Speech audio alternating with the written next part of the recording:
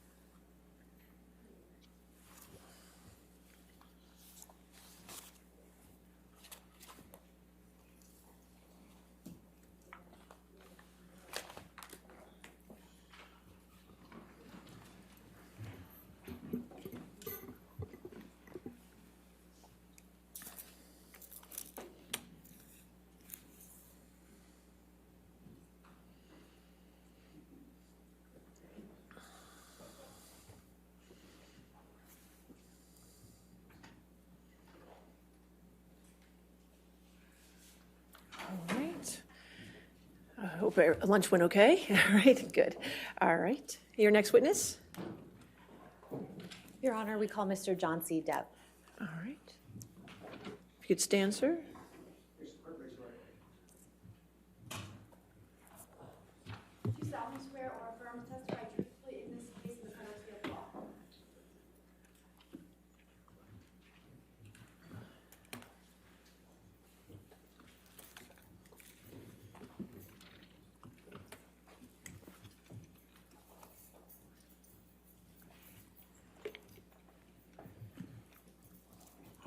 Okay. All right, yes, ma'am. Good afternoon, Mr. Depp. Good afternoon. Can you please tell the jury why you're here today? Yes. About 6 years ago, Ms. Heard made some quite heinous and disturbing, brought these disturbing criminal acts against me that were not based in any species of truth. It was a complete shock that it just didn't need to go in that direction, as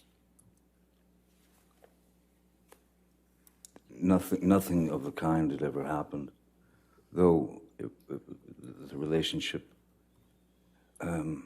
there were arguments and things of that nature, but never did I myself reach the point of striking Ms. Heard in any way, nor have I ever struck any woman in my life.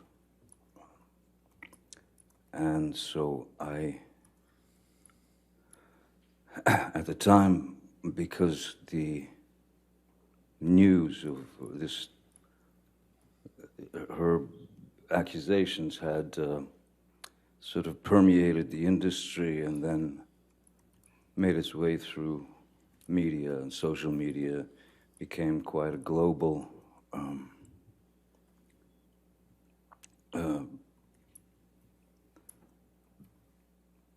let's say, quote unquote, fact, if you will.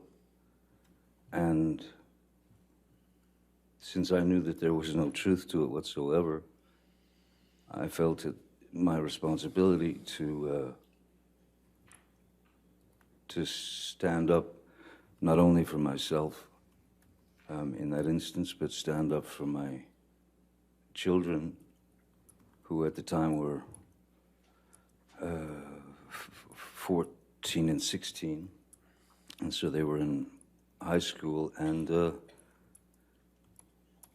I thought it was diabolical that my children would have to go to school and have their friends or people in the school approached them with the infamous People magazine cover with Miss Heard with a dark bruise on her face. And then it just kept,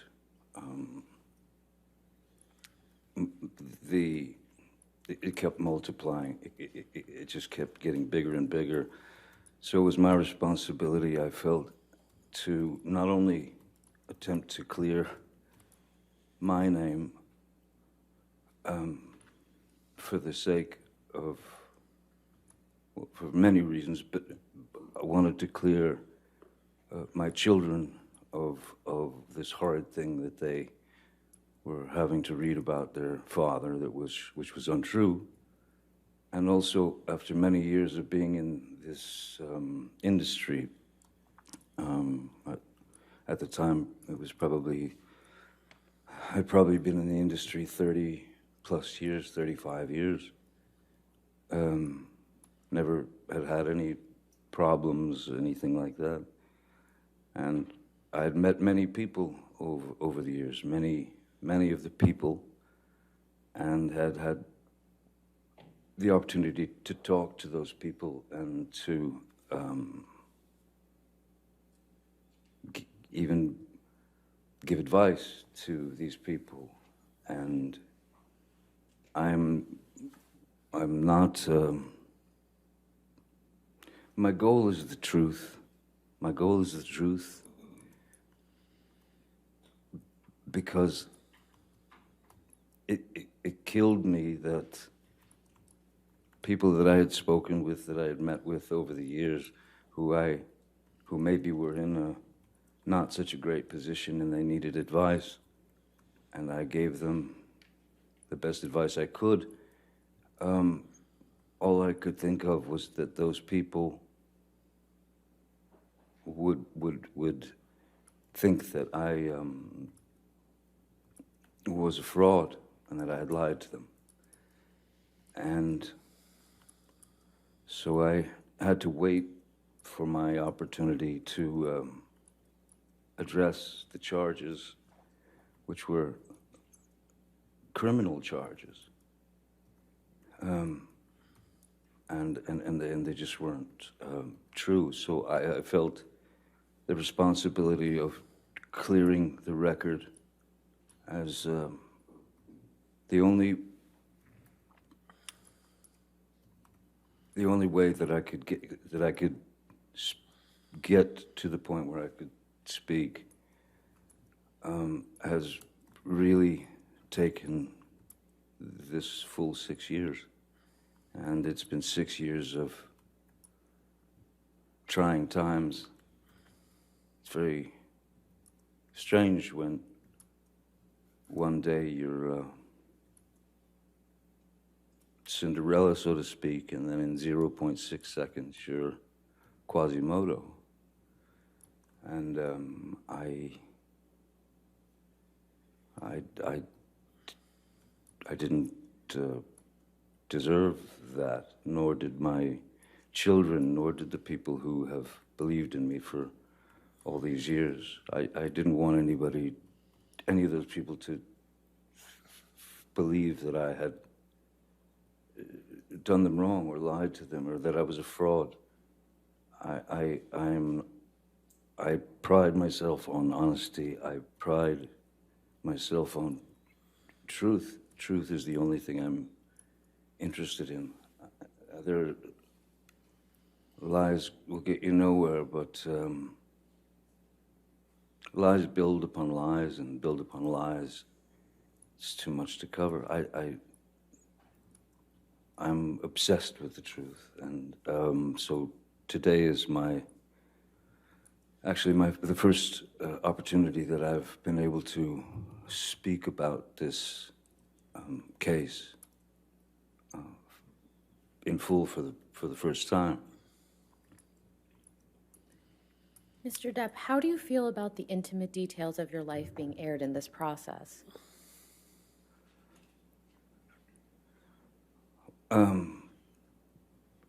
As a father, raising kids, when they were very, very little, it was important to me, very important to me, to try to shield my children as much as possible from looking at their father or their mom, for that matter, as novelties. I didn't want my children to experience hordes of paparazzis. So I was always a very private person. So for me to come up here and stand before you, or sit before you all, and spill the truth is quite exposing. And it's unfortunate that it's not only exposing for myself, it's exposing for my family, it's exposing for Miss Heard, it's exposing for, it never had to go in this direction. And so I can't say that I'm embarrassed, because I know that I'm doing the right thing. Now, Mr. Depp, I'd like to turn a bit to your upbringing. We heard a bit from your sister Christi last week, but can you please tell the jury in your own words about your childhood upbringing? I had a very interesting childhood, one that I thought was normal until a certain age. My mother, I was born in Kentucky, and then we moved, in which we moved around quite a lot when I was a kid. So you were always just, my mom had this, her feet were on fire and she had to move, so we moved constantly. So you were always the new kid, and that wasn't ever particularly pleasant. Then we moved to Florida, South Florida, when I was about 7 or 8.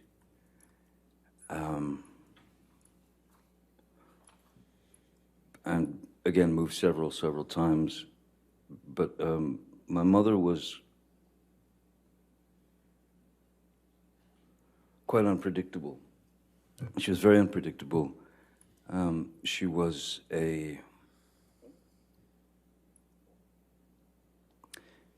she had the ability to be as cruel as anyone can be with all of us. That is to say, my sister Christi and my brother Danny and my sister Debbie, and also my father. So, essentially, she was, she could become quite violent, and she was quite violent, and she was quite cruel, and though there was physical abuse, certainly, which could be in the form of an ashtray being flung at you, it hits you in the head, or you'd get beat with a high-heel shoe or a telephone or whatever's handy. So in our house, there was we were never exposed to any type of safety or security. The only thing that one could do, really, was to try to stay out of the line of fire. I started to be able to observe, and I could start to see when she was about to head into a situation where she was going to get riled up, and somebody was going to get it. Generally, it was me. Mr. Depp, you mentioned that your mother could be cruel. How could she be cruel? Well, the various categories, I suppose, there's physical violence, of course, there's physical abuse, to which she was, that was a constant. That was just a constant, you know. We were all somewhat shell-shocked, you know, even if she just walked past us, you'd sort of shield yourself because you didn't know what was going to happen. Excuse me. And so there was the physical abuse, which was a constant. There was quite a lot of verbal abuse. There was quite a lot of name calling and bullying.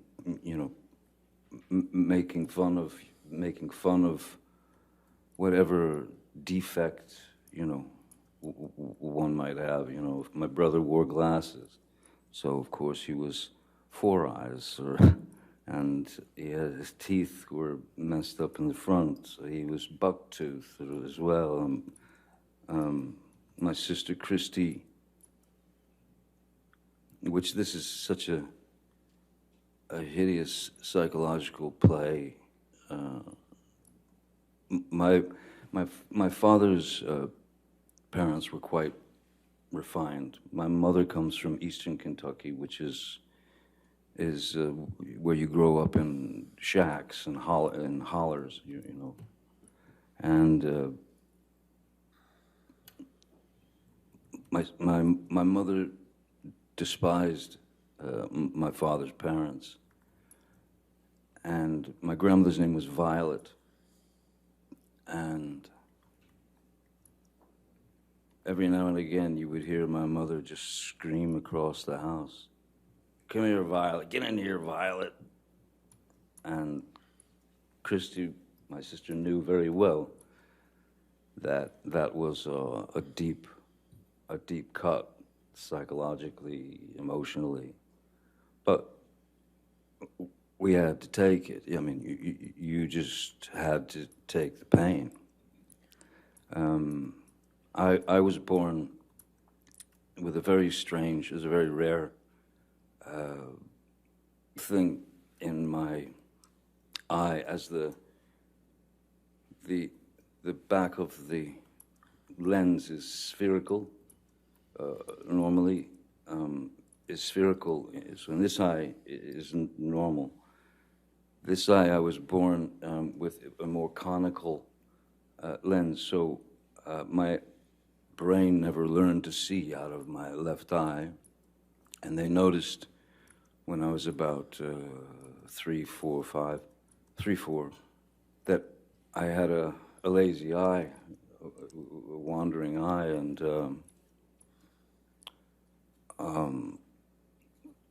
she would call me cockeye, one eye, anything she could get to demean, humiliate. I even had to wear an eye patch on my good eye to strengthen my bad eye, so that it would cease to wander. It was exercising the muscles of the eye, though the brain had never learned to see. So I still, my vision in my left eye is, I'm legally blind in my left eye. But so yeah, the verbal abuse, the psychological abuse was almost worse than the beatings, because the beatings were just physical pain, and the physical pain you learn to deal with, you learn to accept it, you learn to deal with it. But the psychological and emotional abuse, that's what kind of tore us up, I think. What about your father? What was he like? My father was a very kind man. In fact, my father's still alive. He's a very kind man.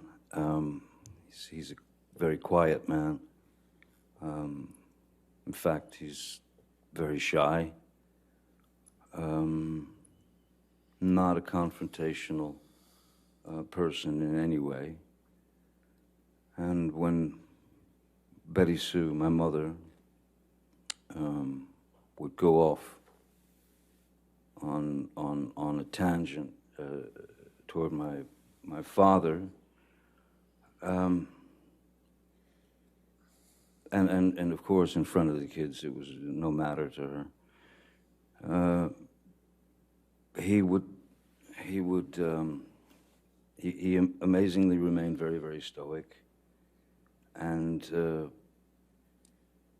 never, as she was rationing him with horrible things, he stood there and just looked at her while she delivered the pain, and he swallowed it. He took it. There was never one moment, never a moment when my father lost control and attacked my mother or hit my mother or even said a bad thing to my mother. The things that I witnessed were, there were a couple of times when it got too far, that I could see his eyes welling up as he was staring at her, saying nothing. And then the most that he would do is he would punch a wall. I once saw him punch a wall and shatter his hand because it wasn't drywall. It was proper concrete and steel wire and rebar and things of that nature. And but still, never touched her, never argued with her. He remained a gentleman, and to me, as a 5-year-old boy, I kept thinking to myself, I kept wondering why does he take it? How does he take this? And why doesn't he leave her? But he didn't, you know. He was able to maintain his calm and his composure. He was able to maintain his relationship with his children. He was a good man. He is a good man. You mentioned that you saw your father punch a wall. How many times did you witness that? I mean, out of, I couldn't count the amount of fights that they had, but I know that I've seen my father strike a wall 2 or 3 times tops. Once when he broke his hand, but yeah, 2-3 times at tops, you know. Was your father ever abusive to you or any of your siblings? No, my father was not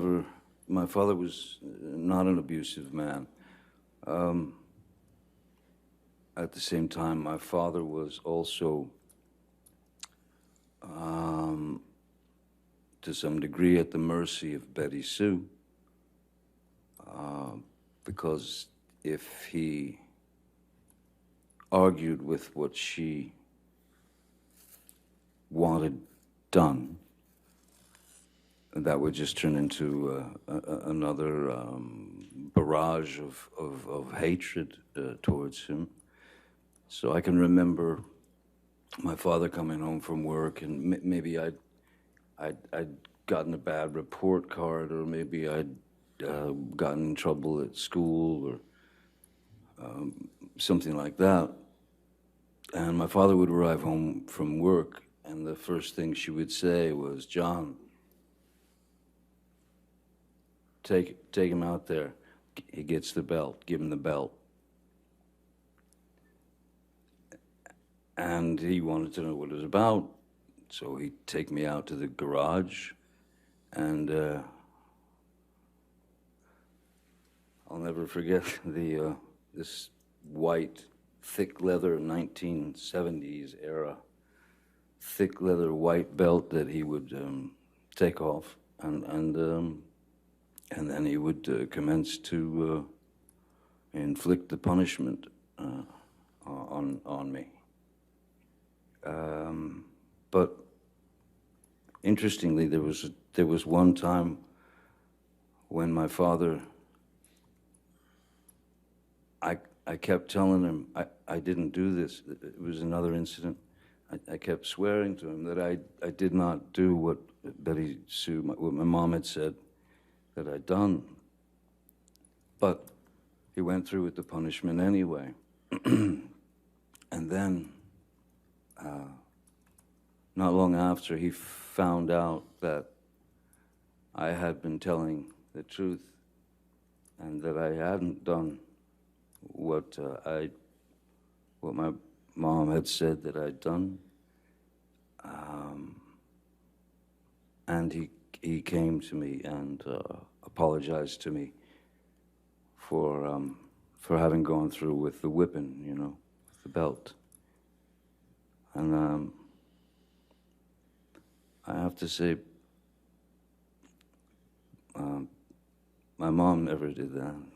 She couldn't. She knew what she knew. She was raised how she was raised. And I had no power to change what was inside of her, How did your parents' relationship ultimately come to an end, to your understanding? When my father left, I didn't realize that he had left. He left for, I was 15. I had already left school, and I was a musician. I was playing in clubs and such. And he left for work one morning, just like every day, and was packing his car, and then he left. And then hours later, my mom, Betty Sue, came home from work. It was about 3:30 in the afternoon. And she walked in the door and stopped and just looked around like she felt something. And I said, "What's wrong?" She said, "Your daddy's gone." I said, "Well, yeah, I seen him leave for work this morning." She said, No, he's gone. And she ran into their bedroom and into their closet, and I followed her, and she opened the door, and there was his rack of clothing and all his belongings were gone. And she was quite upset, and I took her car and drove to my father's work, and I sat down in front of him at 15, and I said, "Listen, seems as though somebody stole all your clothes out of the closet." And he said, yeah. He said, "I'm done. I can't do it anymore. I can't live it anymore. You're the man. You're the man now." And those words didn't quite sit well with me. I didn't feel like I was ready to hear those words. But that's what I got. Then my mom went into a very, very dark place, a very deep, dark depression, as you can imagine. And And one afternoon I woke up, I'd fallen asleep, and I woke up and walked out into the living room, and I saw my mother,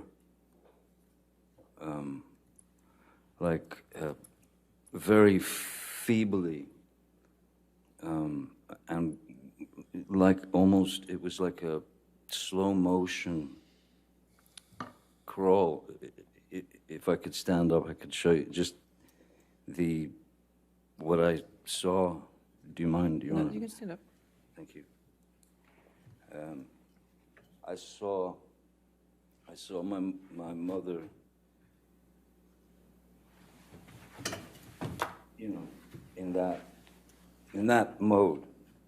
So instantly, I knew that something was dreadfully wrong, and there was drool coming out of her mouth, and as I was about to run and call, the front door busted open, and my uncle and 2 paramedics came in and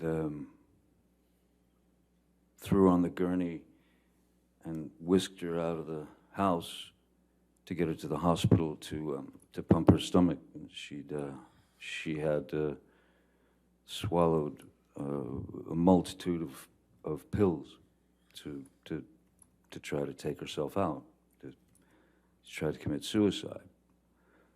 And when she got out of the hospital, she was a small firecracker of a woman. She was about 5'2". But when she got out of the hospital, the depression was so deep, she was down to, like, she lived on the couch and she weighed about 70 pounds. And that, all that imagery spun into my head at that time, that I thought that was in my head at the time, I thought that was a cowardly way for my father to have left. And I was deeply upset by that. Until my father and I had a conversation years later, where I asked him what really happened, how did it happen when I was older, and he told me the story. Your Honor, may we approach? Sure.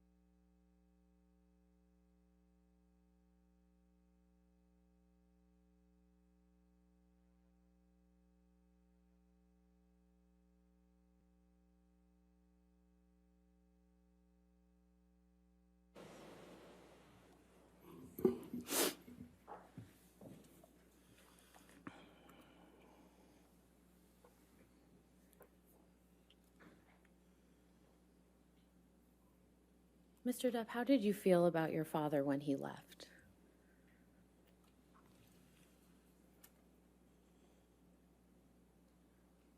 I was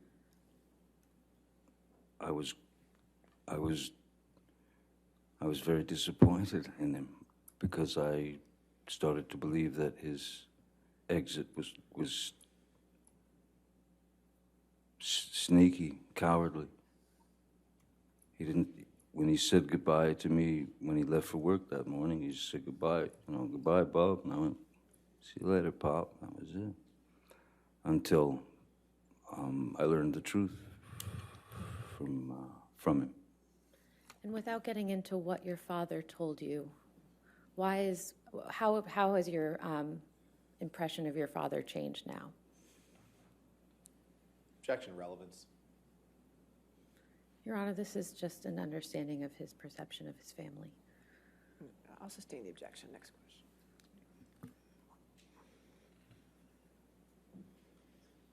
Mr. Depp, what have you learned from your experience in your childhood and observing your father in your childhood?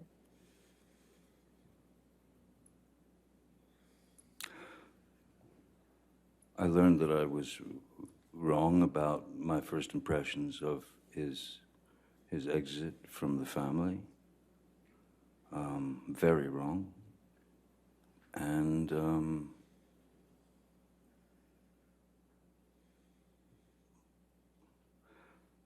I'll tell you one thing that I learned that was one of the best lessons I believe I've ever learned in my life, ever could learn in my life, was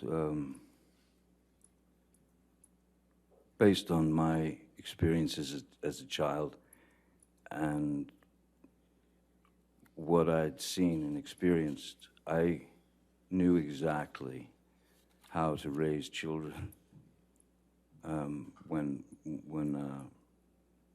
my girl Vanessa got pregnant. I knew exactly how to raise children, which was to do the opposite of what they did, of what Betty Sue did.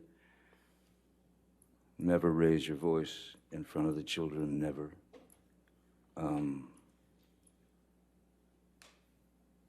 Screaming out the word no to them. I never wanted to tell my kids no. I wanted to tell them that, I wanted to show them that there were options. You don't have to stick the coat hanger in the electrical socket. You know, saying no is an abrupt thing, but to talk to them and say, if you understand the repercussions of something, then you won't go there.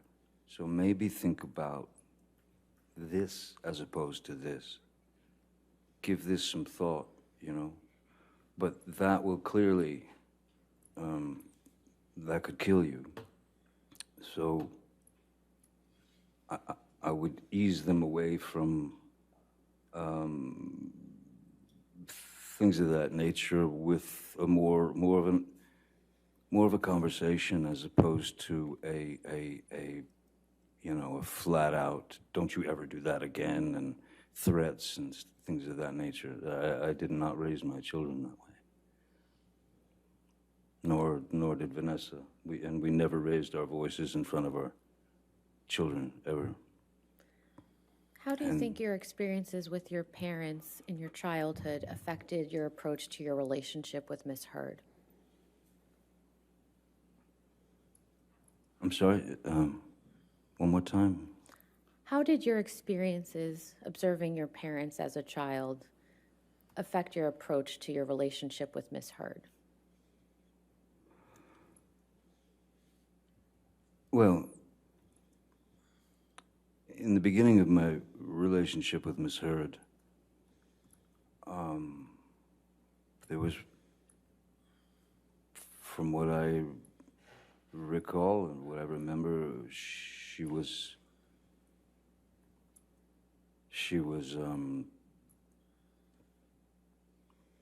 it was as if she was too good to be true. She was attentive, she was loving, she was smart, she was kind, she was funny, she was understanding, and we had many things in common, certain blues music and, music, literature, things of that nature. So for that year or year and a half, it was amazing. There were a couple of things that, I don't know, stuck in my head that I noticed that I thought might be a little bit of a dilemma at some point. For example, if I worked quite a lot, and when I would come home from work, I would come in the house or the hotel, and she would sit me down on the couch and give me a glass of wine and take my boots off, set them to the side, and I'd never experienced anything like that in my life. I just never thought I just never experienced that before. And it became a regular thing that she did, this kind of routine. And I remember one night I came home from work, and I think she was on the phone or something, or busy. She was doing something, and so I sat down on the couch and I took my boots off, and suddenly Miss Hurd approached with this look on her face and she just said, "What did you just do? What did you do?" I said, "What do you mean?" "You took your boots off." I said, "Yeah, yes, I did. You were busy, you know." No, that's my job. That's what I do. You don't do that. I do that." "Okay, all right then." And then she said, "Let me get you a glass of wine." And she brought me the glass of wine. But I did take pause, of course, at the fact that she was visibly shaken or upset that I had broken her rules of routine. I thought that strange. And then once you notice something like that, then you start to notice other little tidbits and things that come out. And then within a year and a half, she had become this another person almost. Mr. Depp, we're going to talk about Miss Hurd in a couple minutes, but I'd like to first talk about your career in Hollywood. And so could you please tell the jury how you ended up acting in the first place? I ended up acting by accident. I was a musician, and I'd moved out to Los Angeles with my band when I was 20 years old. And then there were a couple of things that happened in the band where the band split up, and I remember I was filling out job applications, and then Nick, with a friend of mine who happens to be, he was an actor, less known then than he is now, Nicolas Cage. And I was filling out job applications at any, video stores, clothing stores, anything, just to be able to pay the rent. And Nick Cage said, why don't you meet my agent, because I think you're an actor. I think you could be an actor. And I said, look, I'll meet anybody, I'll do anything at this point. And so he sent me to his agent, Eileen Feldman, and I met with her. She sent me to read for a casting director named Annette Benson, who was casting a film called The Nightmare on Elm Street. And they brought me back to read for the director, Wes Craven, and I read for Wes Craven and somehow got the job. But I was by no means an actor. I didn't have any desire to be an actor. I was a musician. But the fact that these people were going to pay me what I found to be a ludicrous sum of money, which was it was kind of the SAG minimum. It was $1,284 a week, which I'd never seen that kind of dough before in my life. And so I suddenly, and then I did some other couple of dumb movies because I still, in my mind, I was a musician, and this was just a way to pay the rent, pay the bills, live. Then suddenly I found myself on that road. I had been placed on that road as an actor, and then one thing led to another from film to film, and then I was cast in a TV series called 21 Jump Street when I was 22, I believe. Mr. Depp, between the time that you were cast in Nightmare on Elm Street and you were cast in 21 Jump Street, how did you enjoy acting during that time? It was foreign to me. It was foreign to me, but I didn't have any great ambition to be an actor. I'm a naturally, normally, I've always been quite a shy person. I've always been quite introverted. And so there was a very strange metamorphosis from being one of four, that is to say, one of four in a band where you have this fraternity or this brotherhood, and you're out there fighting the world together to try to get that record deal or whatever you're looking for.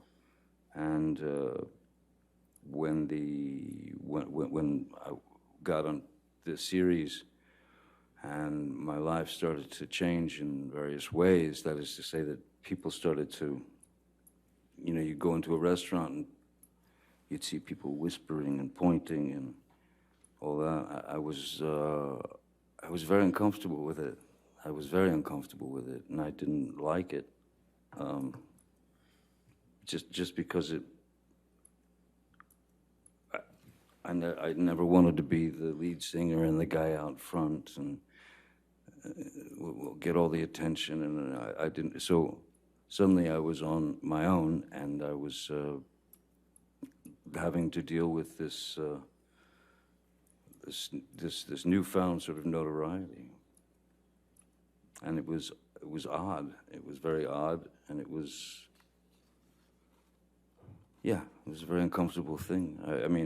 I don't think it's anything that one can get used to. I'm still not used to it now, which I'm actually glad that I'm not used to it, because if I were, I don't think I'd be the same person that I am. Mr. Depp, did there come a time when you became passionate about acting? Once I realized that that's the road that I was on, and that any attempt at going back to music would be it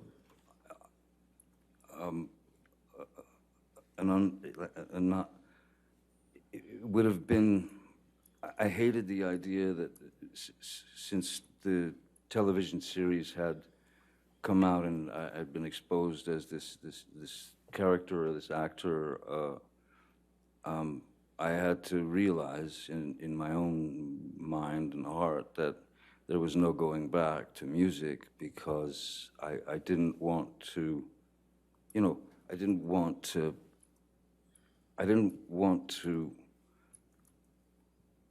use whatever amount of success that I had attained from the TV series and that sort of thing, I didn't want to use that to influence,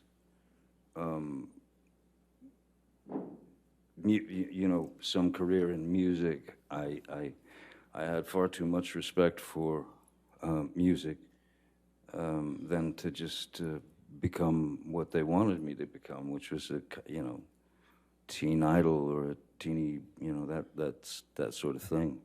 I fought that with everything in my being. So once I realized that music was no longer an option, then I began to study at various places. The Loft Studio, which is now long gone, in Los Angeles. I studied with some other teachers, Sandra Seacat. I read all the books that you could read, and all that was great, but you realize that the only way to learn, or the only way to learn how to, it's not act necessarily, the only way to learn how to react and behave, because it's just behavior and it's reaction, was to do it. It's on the job training. It's trial by fire. So I did my best to work up my own approach towards a character and such. And what were a couple of the first few projects that you worked on where you were really able to implement that approach? I would say that the first film that I had done, that I really took, where I really felt, okay, I've done the work, I know what I need to do. I would say that was where I considered myself an actor, I suppose, was when Oliver Stone cast me in Platoon in 1986. How did you come to be cast in Pirates of the Caribbean? Well, that's many years later, but I had been, Disney had offered me a film called Hidalgo, when it was about a man and his horse in the desert and stuff, and I read the screenplay, and I just didn't think it was for me. But I wanted to have a meeting with them because at that point I had a 2-year-old, 2.5-year-old daughter, and so, or 3, and for 3 years I watched nothing but animated films, cartoons from Tex Avery to Bugs Bunny to that was all I watched with my little girl, and I received the screenplay for Pirates, and it was I somehow in my mind I saw this opportunity, like a way to mesh characters like cartoon characters. For example, Wile E. Coyote gets a boulder dropped on his head, and he's completely crushed, but they cut to the next scene, and he's just got a little bandage on his head.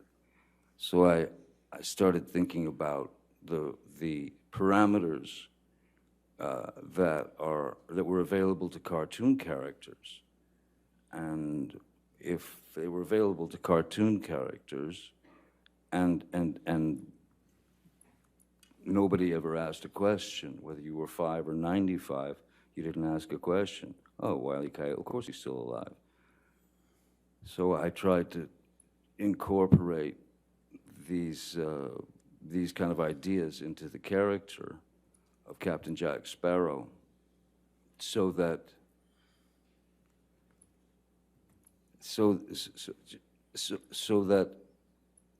I could try to push those parameters and control the sort of suspension of disbelief, to be able to control the characters' actions, words, movements, and put them in a place where the things that he would do or say were so either ludicrous or mainly something that also something the cartoon characters can get away with things we can't. Captain Jack Sparrow can do things that I could never do. He could say things that I could never say. So it was, for me, a way to stretch the parameters of a character and take a risk in doing that. But if it panned out, and I felt I was on a pretty good mission. If it panned out, I thought that it might be a character who would be accepted by 5-year-olds and 45-year-olds and 65-year-olds and 85-year-olds, and in the same way that Bugs Bunny is, You mentioned believed. you mentioned that you received the script. When was that? I'm sorry? When did you first receive the script for Pirates of the Caribbean? The first screenplay I received was 2002, I believe. Yeah, 2002. And what did you think of that script when you received it? I thought that it had all the kind of hallmarks of a Disney film. That is to say, a kind of a predictable 3-act structure, and the character of Captain Jack was more. He was more like a swashbuckler type that would kind of swing in shirtless and, be the hero. And I had quite different ideas about the character, so I incorporated my notes into the character and brought that character to life, much to the chagrin of Disney initially. Now, when you say you made changes to the character, how did you do that? Just, in preparation, the very same way that I've ever approached any character. You look for a back history. You base it on, it could be anything. Like Edward Scissorhands, for example, I based on a dog that I'd had and newborn babies. My sister had a couple of new babies, and I watched them, because I thought that Edward would see things from the sort of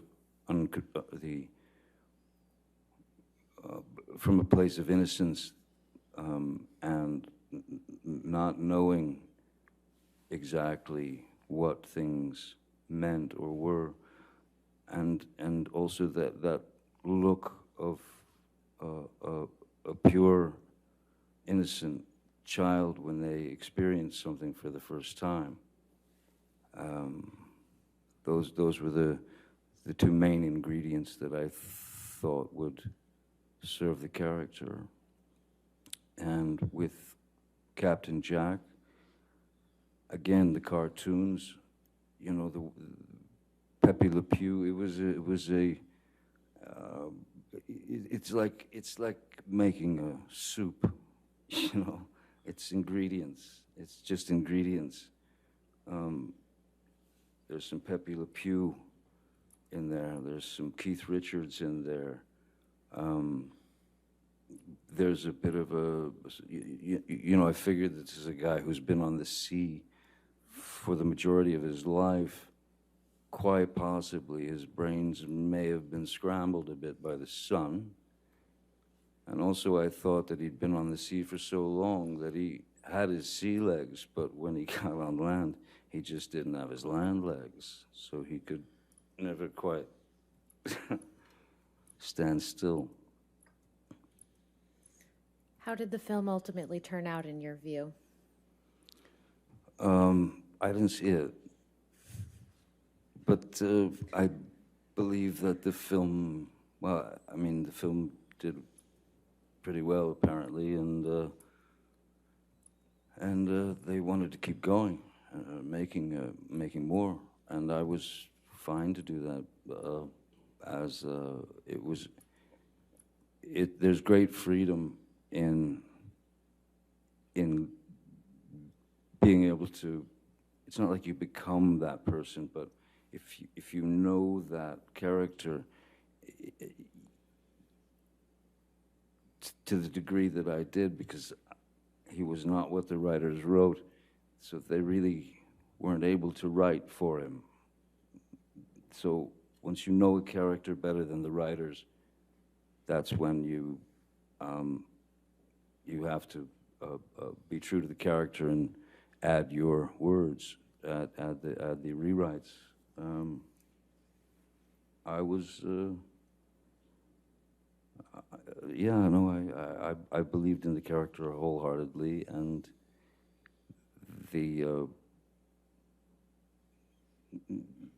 initially the Disney folks were somewhat upset. Now, you mentioned that the film was, to your understanding, a great success. How did your life change after the first Pirates of the Caribbean movie came out? Though I'd been around for many years already, and people knew who I was and all that. After Pirates 1 came out, there was a completely different. It was a completely different way of life was being sort of. You know, my family and I were being plunged into. That is to say, you know, at our house in Los Angeles, you would have people trying to climb the gates to get into Sea Captain Jack Sparrow. You would have people trying to bust in the gates dressed as Captain Jack Sparrow. You would have and follow you and your family. So that was the moment when there was no other way but to we had to hire more security guards, and I was certainly worried for my kids' safety. And so then that's when instead of just the one guy, there became several security people, because I wanted to make sure that my kids were safe when they went to school, or when they went to Disneyland, or when they went to the mall or whatever. So yes, more security, and then just getting followed, by hordes of paparazzi and things like that. It's I've had worse jobs, certainly. I can't complain about it. But after a while you realize that anonymity has left the building a long time ago. Anonymity's gone. And that's an odd thing to deal with. When you can't just drive down to the diner and get a cup of coffee or something. It's not, possible. It turns into something else altogether. So it's, you know, it's acceptance, and of course there's a bit of sacrifice involved. I can't complain about the work that I've been given. I can't complain about any of that. I have no right to.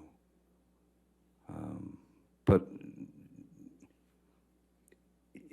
it does make you have to think very creatively when you've got little kids about how to take them to the park, or to the swings, or to the this or that, or movie, or it becomes a strategic mission, and that's what happened after Pirates.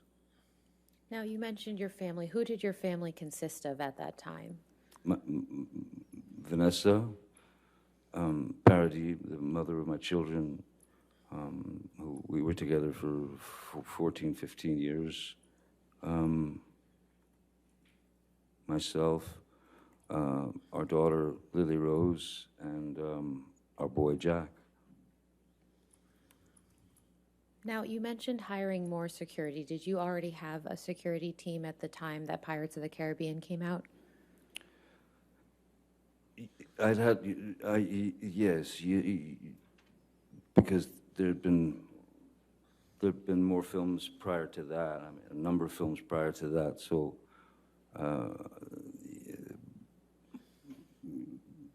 I was recognized, and I was known. So if you wanted to attempt to have any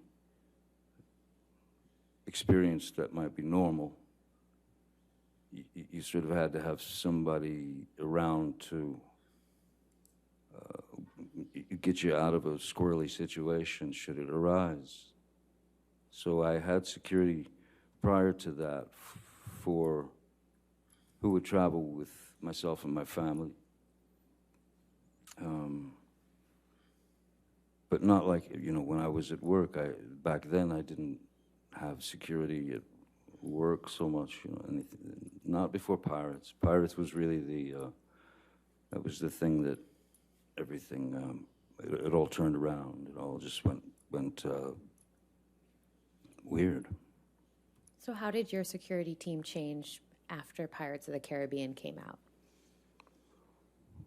Well, like I said, with anything, it had become more strategic, and you had to have more guys or gals, because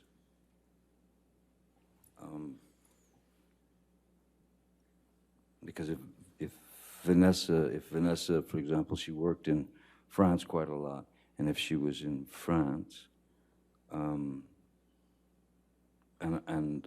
I was in LA with the kiddies, then and working, security would basically pick my kids up at school or whatever and bring them home. So that became the routine, driving them to school, bringing them home.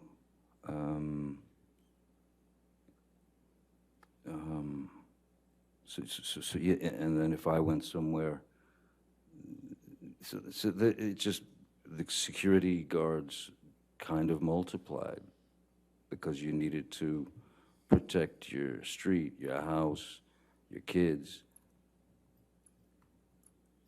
Endless. So after Pirates of the Caribbean, who has been on your security team? Jerry Judge was with me for, oh boy, over 20 years.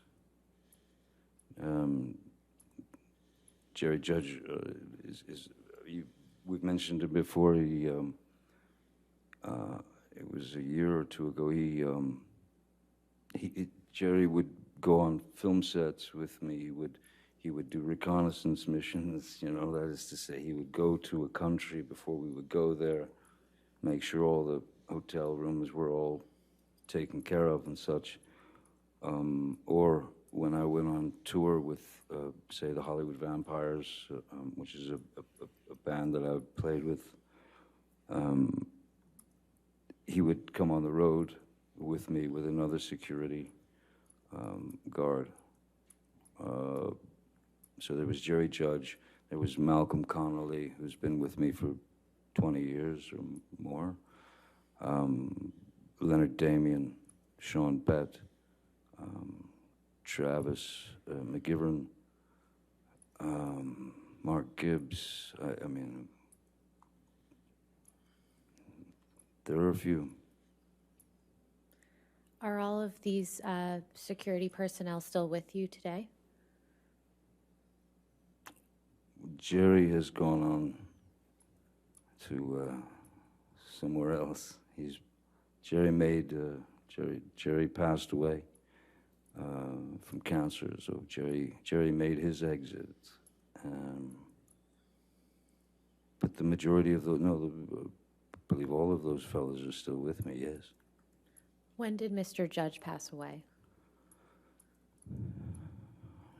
I believe it was two years ago, roughly. Maybe a little less than 2 years ago.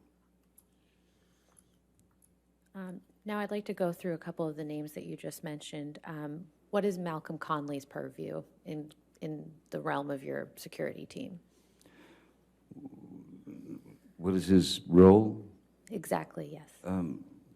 Well, now that Jerry is, Jerry and Malcolm had worked together for a very long time, so I'd met Malcolm through Jerry.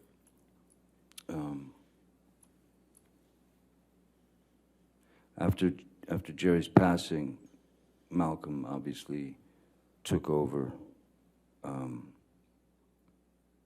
for Jerry, and so he took on extra responsibilities. He would have to make sure that there was someone on the ground wherever we were going that had done their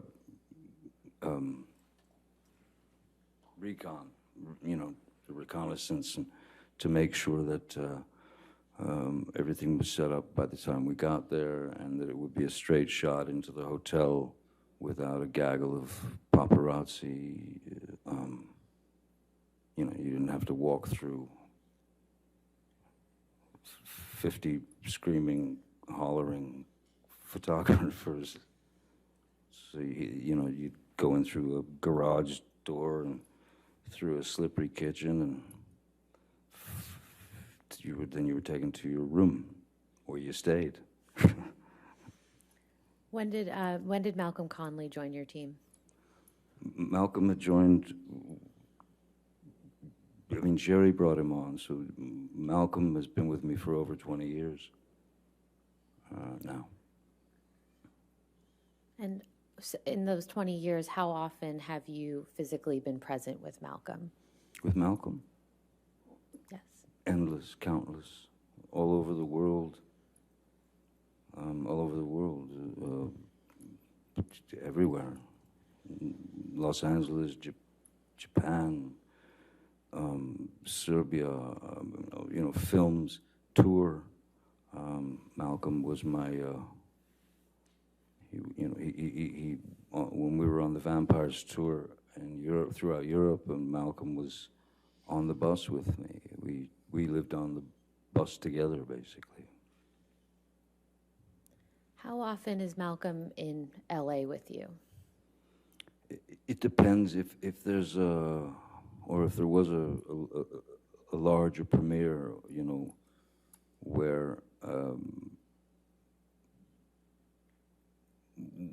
where it had to be worked out so that it didn't turn into a chaotic or dangerous event, because sometimes there are, between you and the people, there are these barriers, and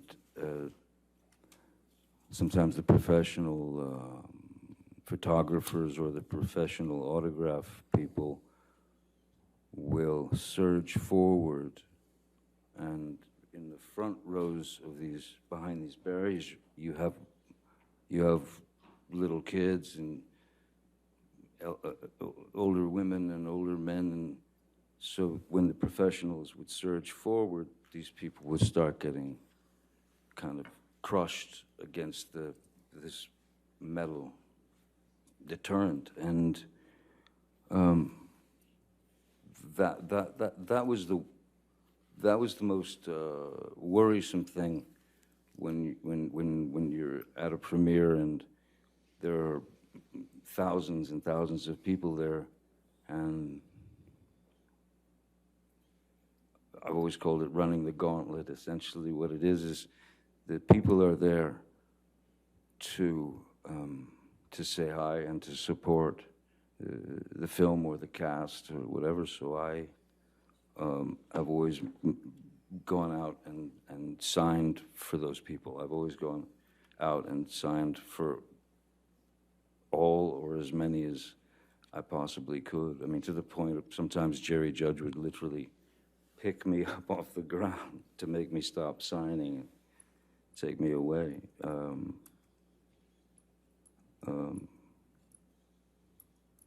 So, yeah,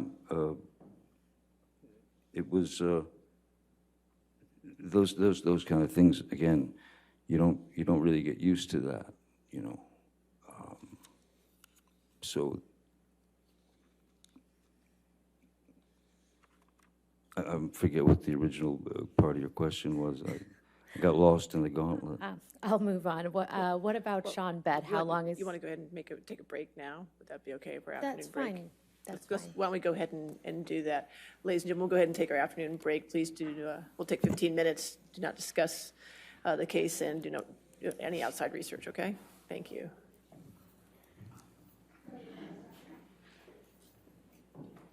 You stay there for a minute. Thank you.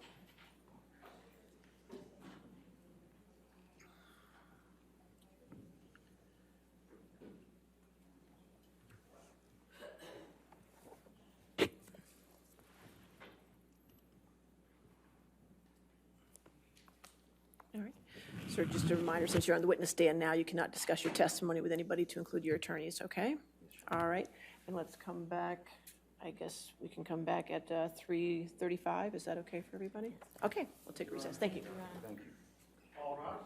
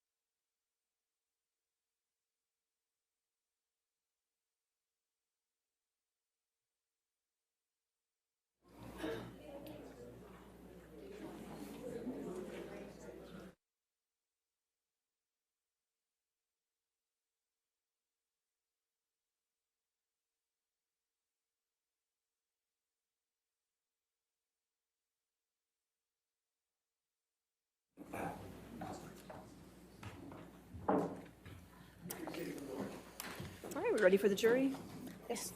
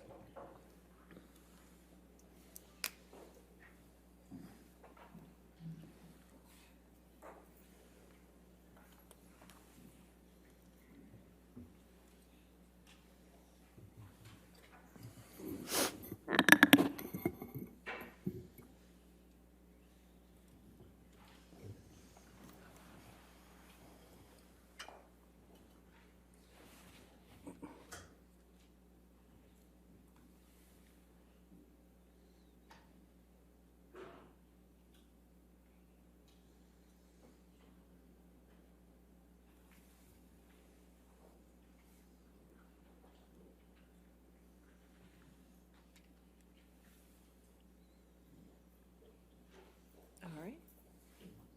Okay. You can have a seat, sir. All right, your next question. Mr. Depp, I'd like to just briefly go through the security personnel that you just listed out before we took a break. How long has Leonard Damien been with you?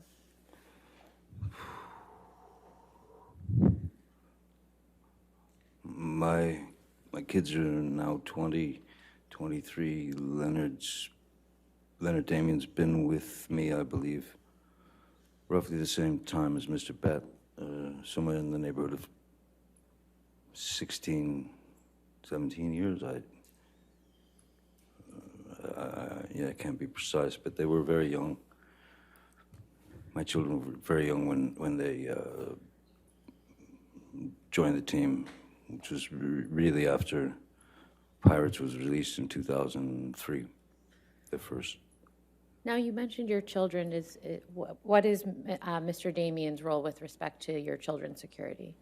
Excuse me? You mentioned your children Yes. with respect to Leonard Damien. Is his role in connection with your children's security? Yes, very much so. Leonard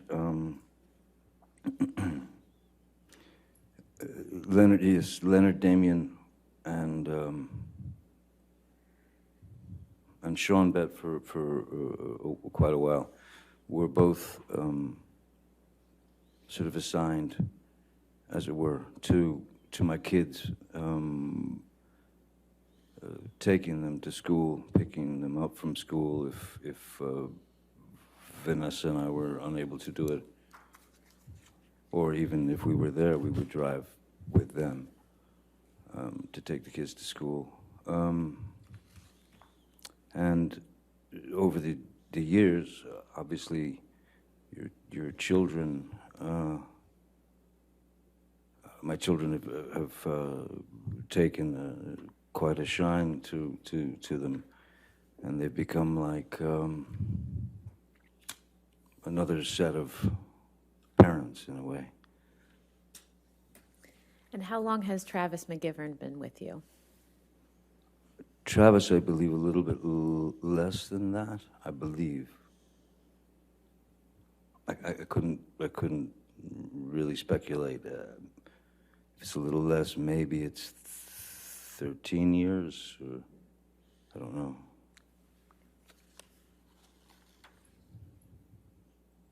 Now, you mentioned that you had to bring on additional security after Pirates of the Caribbean. Yes. How has the fame associated with that franchise affected your personal relationships?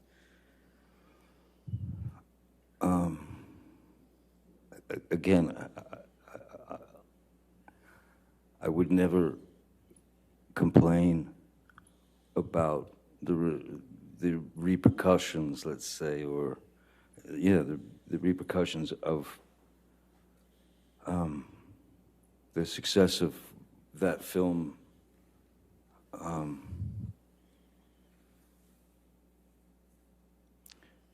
But of course, as I said, there are sacrifices that one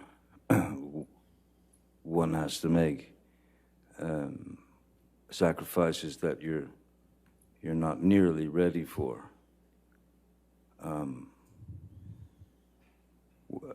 just simply when you check into when you go to a town or you go on a press tour or something and you're staying in a hotel,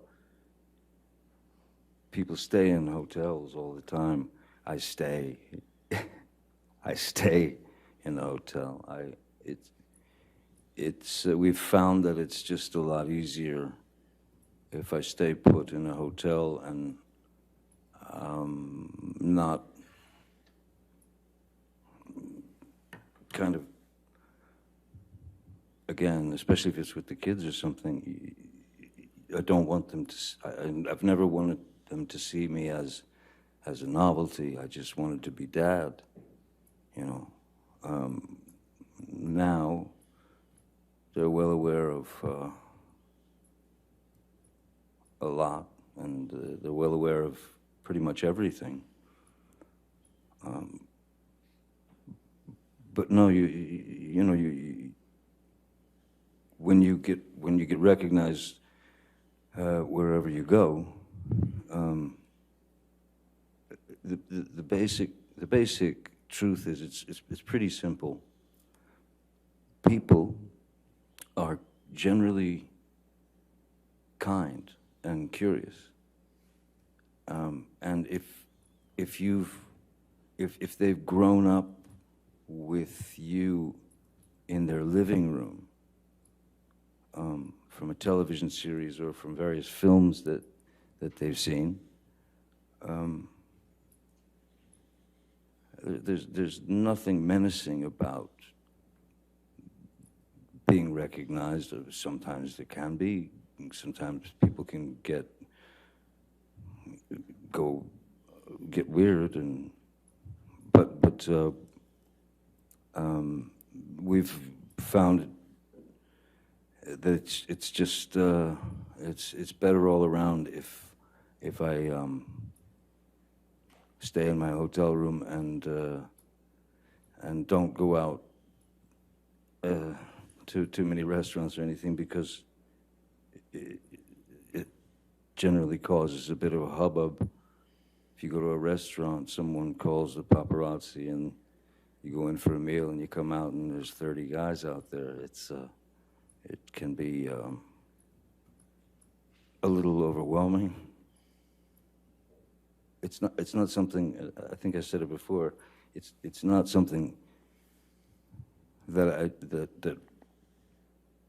it's not something that I've ever gotten used to, and it's something that I hope I never get used to.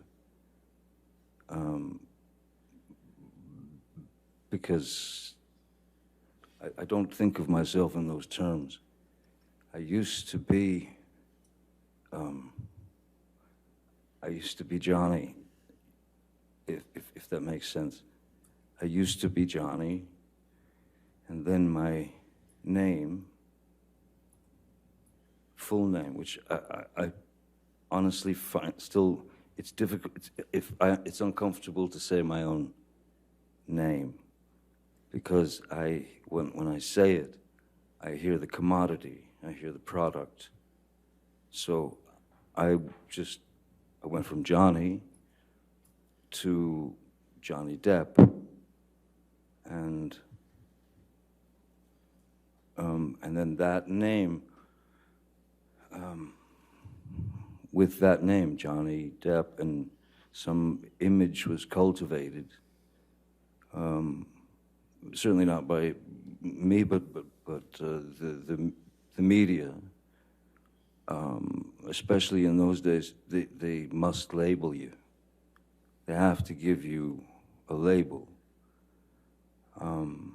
And labels are one of the things that I've fought vigorously with regard to my work. I never wanted to be the poster boy. I never wanted to be the. I don't have, I'm not built with that kind of hubris. I don't have that kind of confidence. I can do virtually anything playing a character. I can become the character in my work, and that character may be able to spit out 100 words a minute, but me, myself, Johnny, I cannot. So therein lies the difference, you know. Mr. Depp, other than acting, what other artistic pursuits do you have that may be a little less known to the general public? Well, I've remained a musician. I've been a musician. I started playing the guitar when I was 12 years old, and that saved my life because I locked myself into in my bedroom at the age of 12, listening to records, moving the needle back, and then learning that piece, and then learning it again. So so much so that I don't remember. I have no memory of going through puberty. I was just playing the guitar. I was obsessed with my guitar. Any other artistic pursuits? I've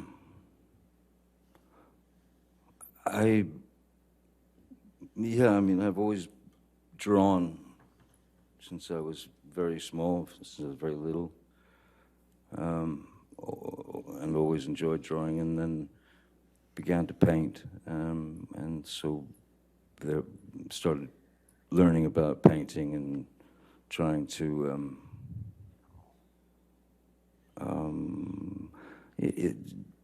I suppose different ways of expressing oneself, different ways to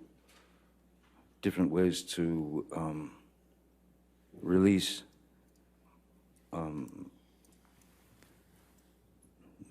the things that are living in your head, whether they be beautiful memories, whether they be horrific memories, whether they be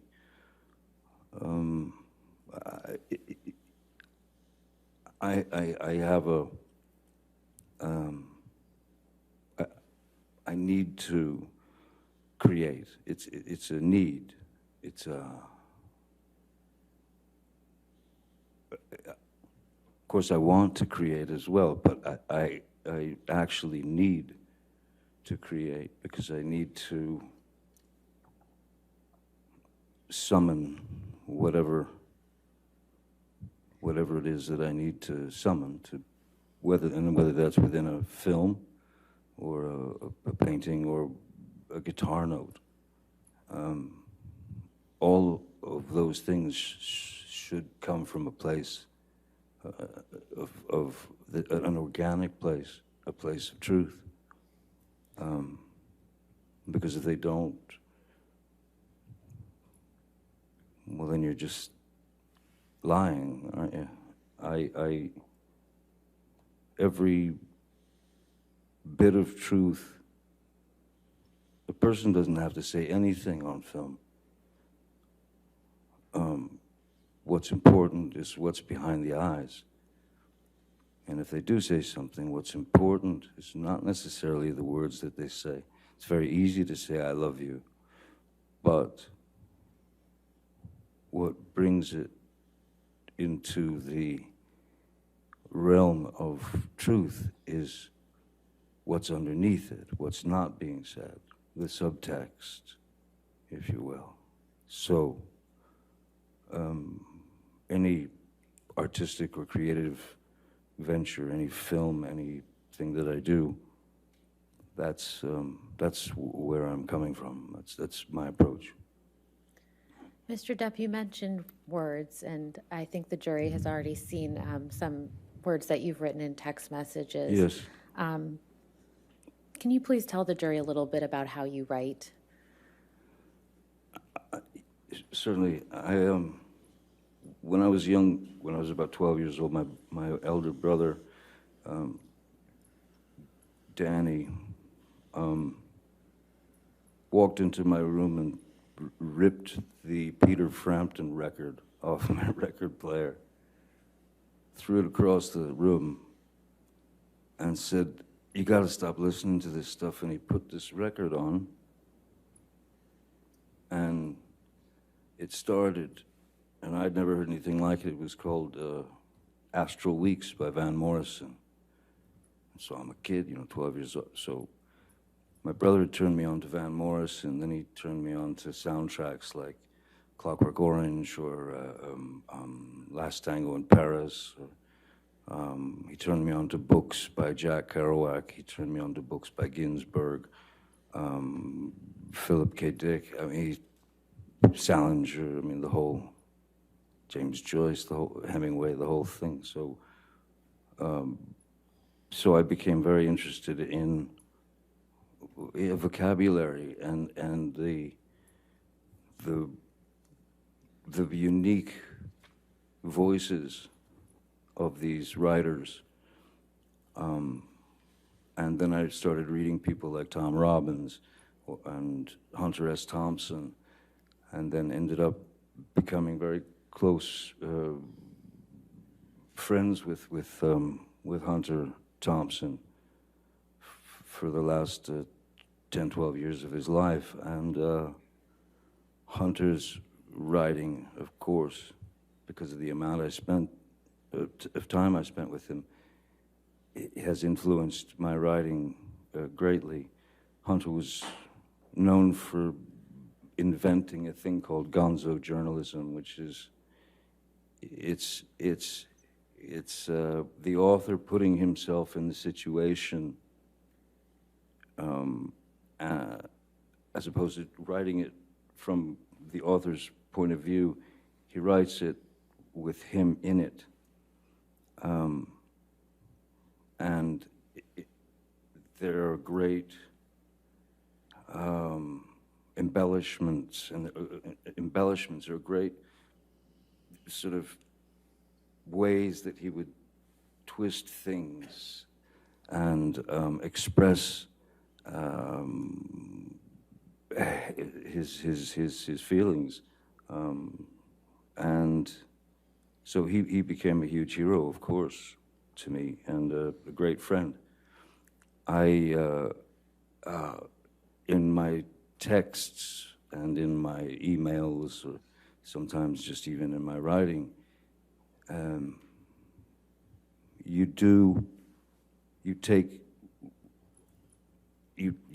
take the subject and you try to express it in your own vernacular, and in that,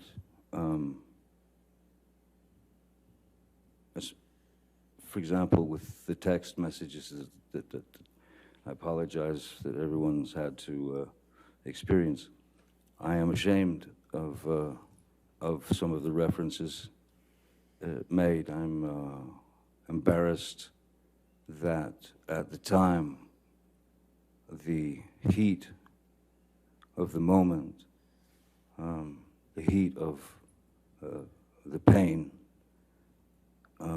that I was feeling, went to dark places. There is no, if you're writing, there is no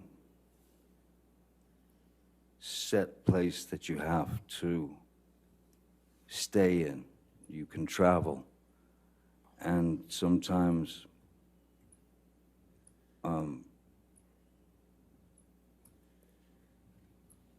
pain has to be dealt with humor, and sometimes very dark humor. I grew up watching Monty Python, so yes, it can tend to get into dark humor. It can tend to get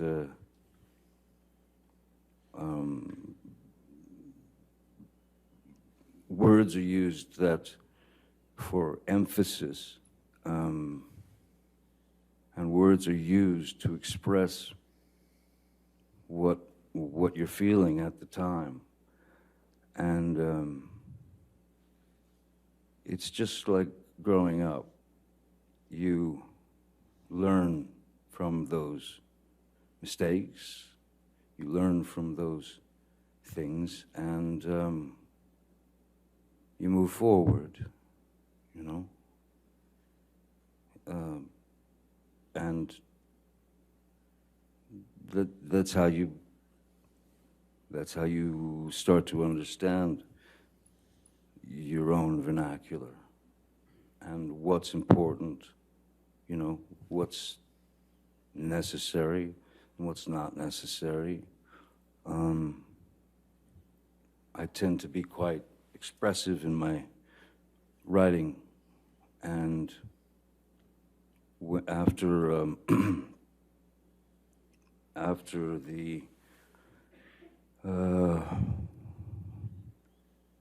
after the unfortunate words of Ms. Heard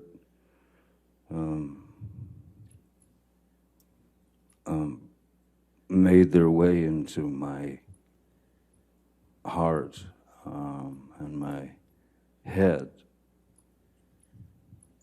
Those are two very opposing things. So you're trying to find the best way to express something to a friend.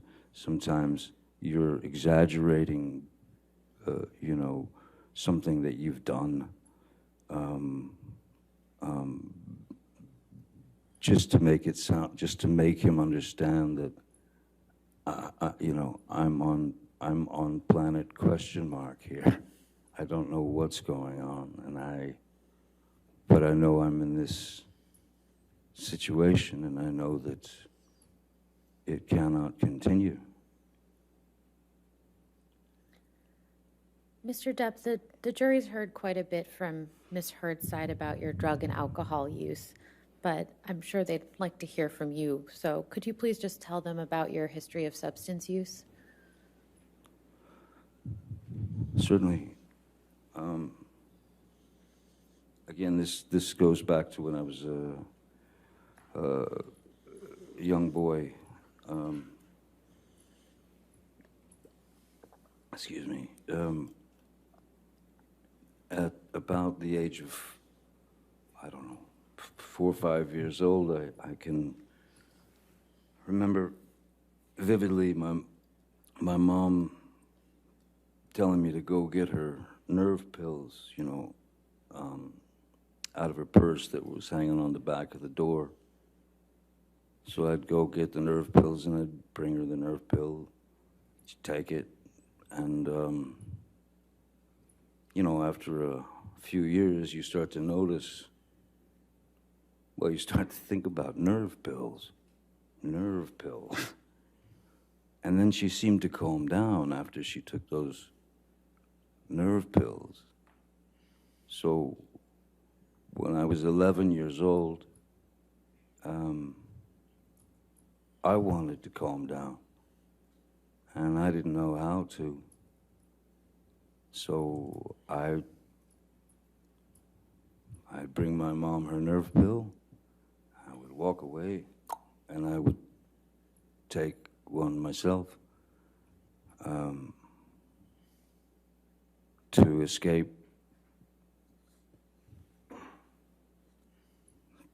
caring so much, feeling so much, to escape the chaotic nature of what we were living through.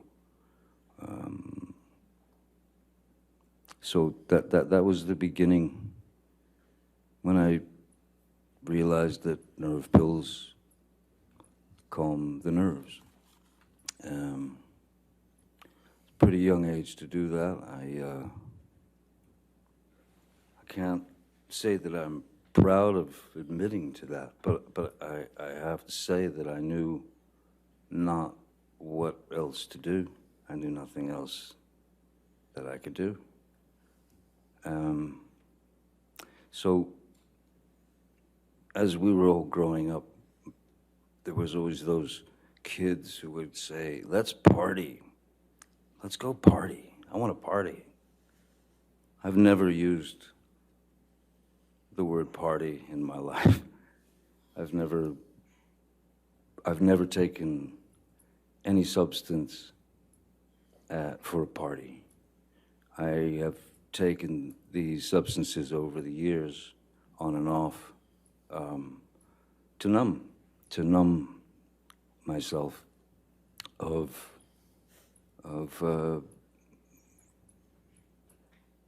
the ghosts, the wraiths that were still with me, and from my youth. So I needed, they were everything.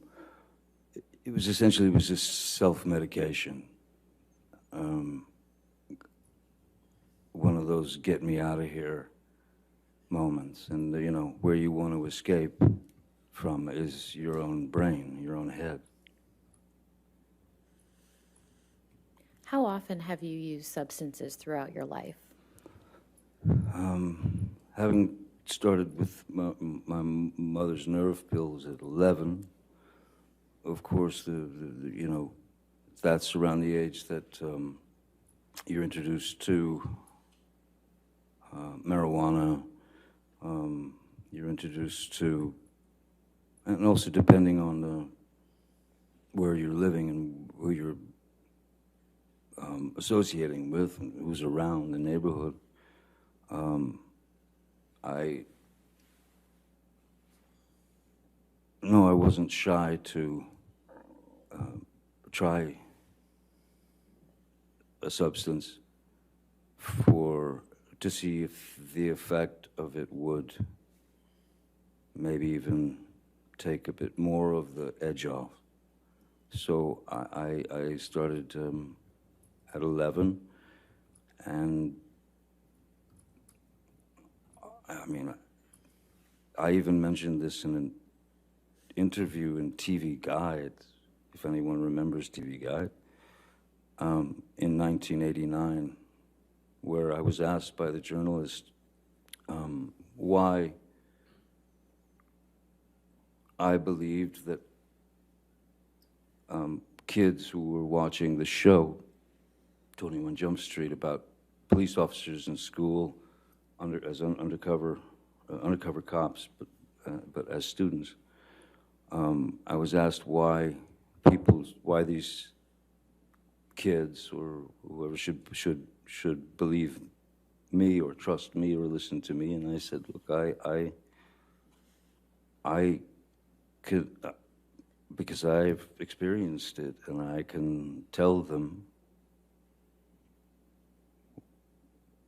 that there is no future in it, that there's nothing but a kind of a postponing of the inevitable.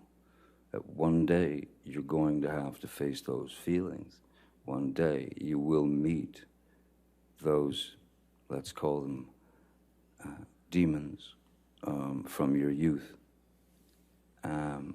So I was straight up, open and honest at that time in a very, TV Guide was it was right at the register when you checked out at the grocery store. It was like the most popular thing, and it was a very straight little magazine. But I told them I'd pretty much done all the drugs that I was aware of by the time I was 15 years old, and which was true. Now, that doesn't mean to say that I continued into that, forest of possibilities with regard to substances. I wasn't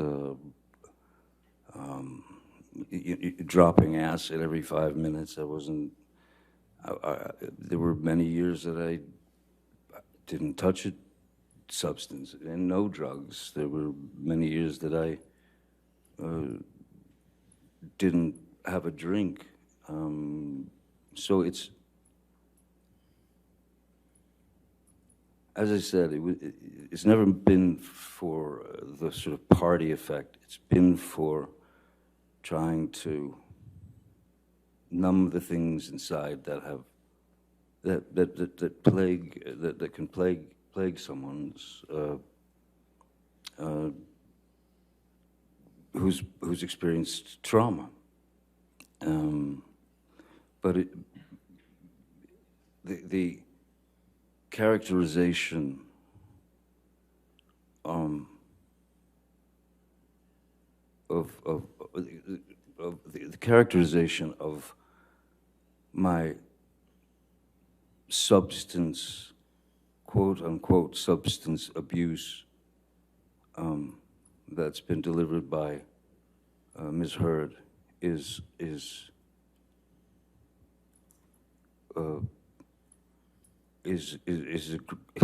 grossly embellished, and I'm sorry to say, but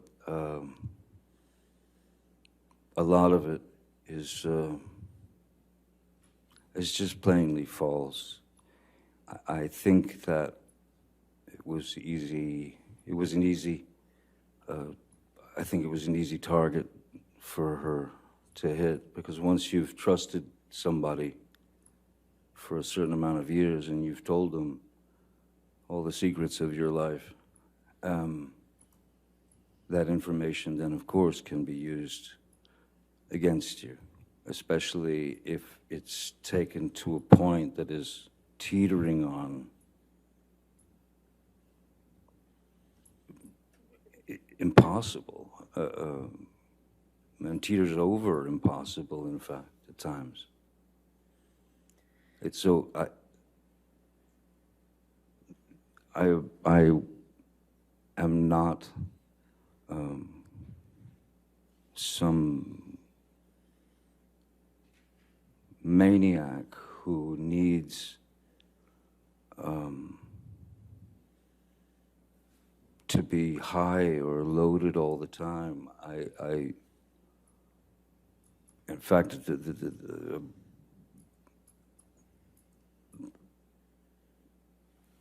in Australia, from before Australia and in Australia, I had been off of alcohol for, I believe it was about 18 months. Mr. Depp, you've mentioned some periods of sobriety throughout your life. How many would you estimate you've had? Quite a number. You know, on various films, you see.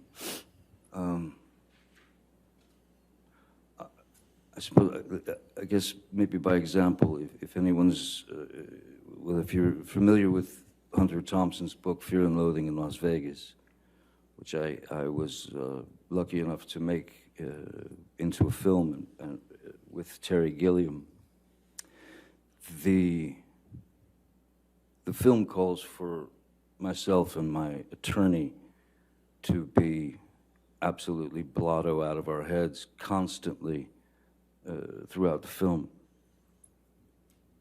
And most people just assume that, well, they just got wasted and they filmed them. There would have been no way you couldn't act that. You couldn't make that film with two actors who were loaded. There would be no way.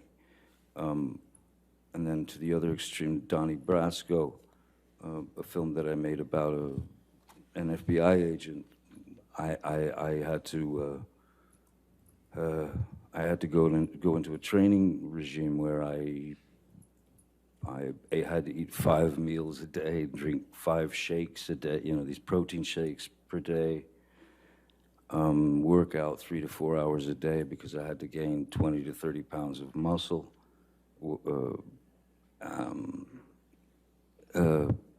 There was certainly no abuse of substances then. There's been no abuse of substances on film sets. There's been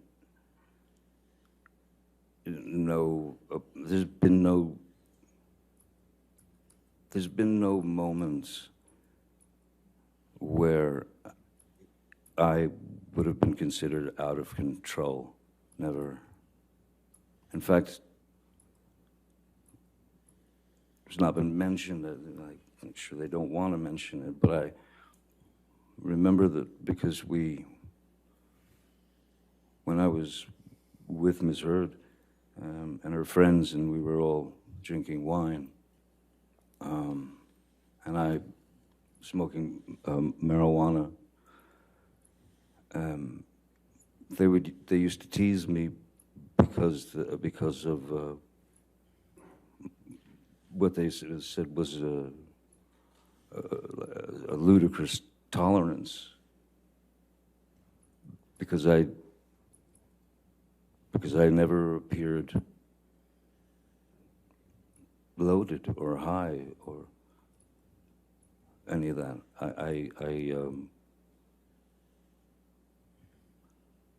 Even if I felt a little spinny, no one would have ever known. Mr. Depp, is there any substance that you've ever been addicted to? Yes. And what is that? Roxycodone, or Roxycontin, which is it's an opiate. It's I think oxycodone has the opiate and then some pain, like paracetamol or something, and then the Roxys are just the opiate, as far as I remember. And when I was working on Pirates 4, and there was a scene in which I had to grab this large gold and red, stately gilt chair, pick it up and chuck it out this big giant window. And so I did it, and as I swung around to throw the chair out the window, I felt this immediate electricity from the bottom of my spine down my left leg, and it was like an electricity that burned. So I had obviously it was sciatica, so I had obviously pinched something, done something. So I saw a chiropractor or a kine or whatever. I saw chiropractors, and to no avail. Then I saw a doctor, and the only pain medication that she recommended and prescribed to me was Roxycodone. And there was a part of me that was a little bit worried, just in the sense that I know I've witnessed friends and people over the years who've had problems with heroin, and I didn't want to get bit by that snake. And I started taking the Roxys, and I was bit by the snake. And then before you know it, that monkey is on your back to stay. And it's not like you take those pills to get high. You take them to once the addiction has grabbed hold of you. you're not taking those pills to get high. You're taking those pills to get well, or to get better. Because if you're without the pill, your body will start to go into various you'll withdrawals. And so I was on the Roxy's for a number of years, 4 or 5 years, I think, maybe more, I don't know. But the key was that if you take 2, you will be what they call on the knot. You will be that. You will just drop into sleep.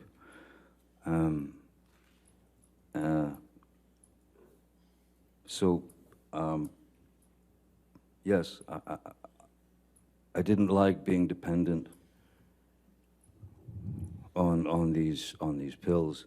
I didn't like being dependent on a drug that you'd take only so you wouldn't get withdrawals. That's what it becomes. It's like a junkie. The reason why so many, well, now there's a huge fentanyl problem, but the reason why junkies generally, why they end up overdosing, is because they're looking for the first high again. And you don't get that. You don't get your first high again. So what do? You up the stakes and you put more, you take more. And that's what makes that's what makes things go dark for them. Because they overestimated the amount that their body could tolerate, and they go blue and they die. So, yeah, didn't want that. Mr. Depp, do you have an estimate as to what year you started taking the opiates that you just described? When it, 2000, or excuse me, it was Pirates. Bless you. 4, I believe. Pirates 4. No, it was Pirates 4. Rob Marshall directed it. I don't know what year that was. Maybe. I actually don't. I have no idea what year that was. Was it before you were in a relationship with Miss Heard? Yes. I believe so. And you didn't and you detoxed from those opiates during your relationship with Miss Heard. Is that right? Yes. Yeah, so of course, yes. So they must have, yeah, they did come around prior to my meeting Miss Heard. After you detoxed from the opiates, have you ever taken any opiates ever again? No, I can't. That's no. Once you've been bit, you'll be bit again. So no, even with my finger, I think that it was like Motrin 800, but no opiates. No, I have not taken an opiate since, and I won't unless I plan on going through the hell of the pure horror of detoxing, of coming off those drugs. No. Mr. Depp, I'd like to now turn to your relationship with Miss Heard. Can you please tell the jury how you met Miss Heard? Mm-hmm. 2000, in around 2008, Hunter Thompson and I were going through some of his manuscripts of his books that have been published, and then I found this manuscript in one of his boxes, and it was called The Rum Diary, and I had heard about it, and I knew it was what they called his long-lost novel, in fact, the only novel he ever wrote. And I showed it to him, and Hunter was shocked. Oh my God, that's where it is, you know. And so he said, read me some. So I started reading this to him, and he said, this is a movie, you know. We must produce this together. And, you know, he got all excited about the idea of doing that. So we went right into it, and we started to set up meetings to get money, financing to develop the project. And we finally ended up getting the money to develop the project and to make the film. Hunter, from his own dilemmas in his life, committed suicide, but having had long talks with him, I knew every angle of the book, but I knew every angle of the film that he wanted, which was going to be a bit different than the book. And Bruce Robinson, who was a great writer-director, directed a film called With Nail and I and How to Get Ahead in Advertising, was the one director that Hunter and I talked about. And so I went to Bruce, who was a friend of mine, and I ripped him out of retirement because he never wanted to direct another film again. I pulled him out of retirement after 27 years, and he agreed to write the screenplay and direct the film. And we proceeded. During the auditioning process, Bruce was, before that, Hunter had very specific ideas of what these characters should be. Bruce had been auditioning girls or women for the role of Chenault in the film, and there were this sort of the starlets that were up and coming, or there were some that were well known and things of that nature. But you know, one of the things that Hunter was very against was stunt casting. That is to say, put a bunch of very famous people in a movie and we'll let them go, and then hope for the money in the end. So Bruce had asked me. He said he had been auditioning this one particular actress named Amber Heard. He said that he'd auditioned her 5 times, and he was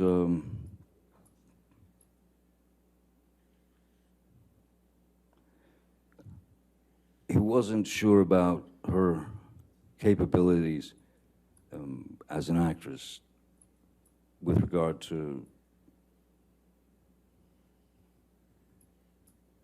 the film and the character and taking direction and that sort of thing. So he asked me if I would read with her for the film, and I had already met a number of actresses and things, and so what I said to Mr. Robinson is, I said, Bruce, I don't. If you've auditioned her 5 times, you've seen the best and the worst, I suppose.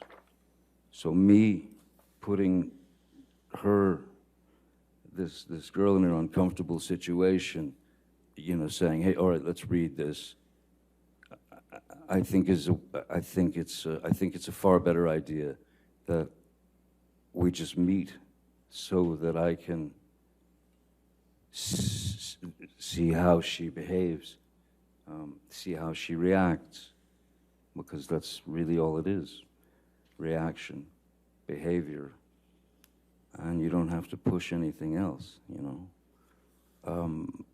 So they made an appointment. She came to my office. I took one look at her and I thought, yep, that's the Chenault that Hunter wants. That's the one. I thought, yeah, she could definitely kill me. That's what Hunter wants. And so we spoke, and she was sweet as pie, pleasant, again, you know, intelligent, literate, very good taste. And I felt like what I felt and what I told Bruce was, look, when you put someone in a situation that they're obviously going to feel under pressure, it's not the best way to really know what they're capable of.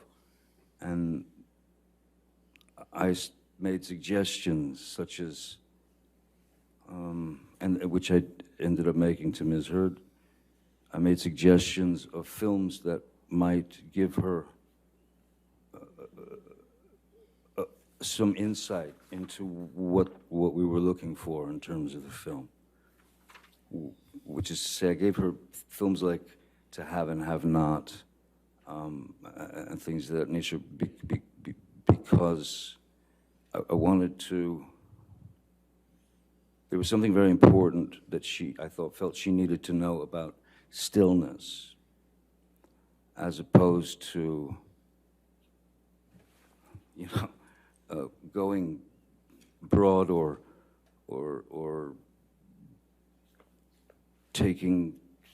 acting a little too much. So I felt like I could be a bit of a traffic cop in that sense, so that, because if we could connect, then it could work, as long as there was truth in her eyes, and as long as there was truth coming out of her dialogue, you know, then it's all in the editing. So I felt that I could help her with that idea of stillness, and so that's when I first met Miss Heard. How would you describe your interactions with Ms. Heard when you worked together on the Rum Diary? Initially, well, yeah, no, mostly very, very, very few interactions. I remember there was a time, I wasn't working that day, but I was producing, you know, one of the producers of the film, and it was a scene from the book that was a scene where Ms. Heard's character was in a nightclub, and we're amongst the locals, and she's very drunk, and everybody's very drunk, and she ends up dancing with a few of the local, like one of the local guys and stuff, and then the other local guys start to sort of close in on her. In the book and in the screenplay, as it was written, there was a requirement for nudity for the part, and I was on set the day that they were shooting that, and as I was watching the crowd coming in on her, I realized, you know what? Because I would check on Ms. Heard and say, "Are you all right? Are you sure you're okay? Because this is, you know," she was like, "No, I'm fine. But I realized that with the crowd surging in towards her, that we wouldn't have to do the nudity, because if she took her shirt off and she had a red bra on and a skirt, then if she had a red bra in her hand, when the crowd surged in on her, all she had to do was lift the red bra up out of the crowd, and there's no nudity, but it's certainly implied, because then the character disappears for a few days, and she's quite a wreck when she comes back, because bad things have happened to her. So I remember telling Ms. Hurd, hey, you don't have to take your clothes off, you don't have to take your top off, you don't have to, everything's cool. And she was appreciative.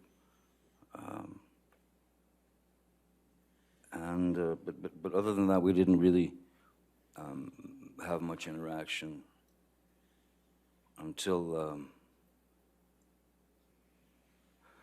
there was a scene where I'm taking a shower, and then she comes into the room and she opens the shower, and we kiss. And that moment was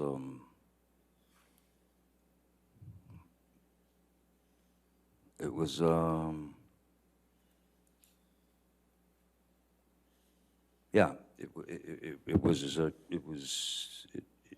felt like something.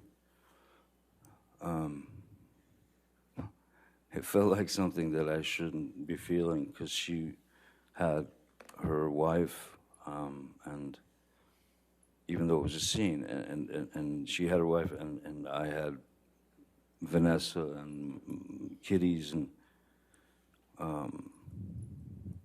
yeah. When would you say your romantic relationship with Miss Hurd actually began, if not in that moment? Well,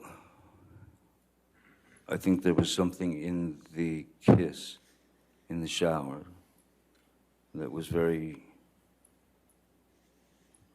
real. So that day after work, Miss Hurd had come to my trailer, and I was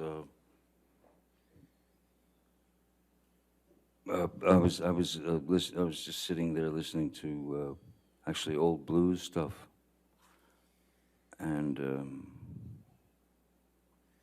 we had a glass of wine, and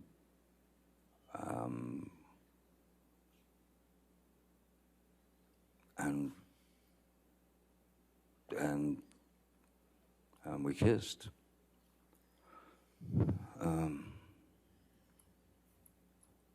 And at that point, my trailer was the only trailer in the parking lot. She had a mind to stay in the trailer there for a while with me, and I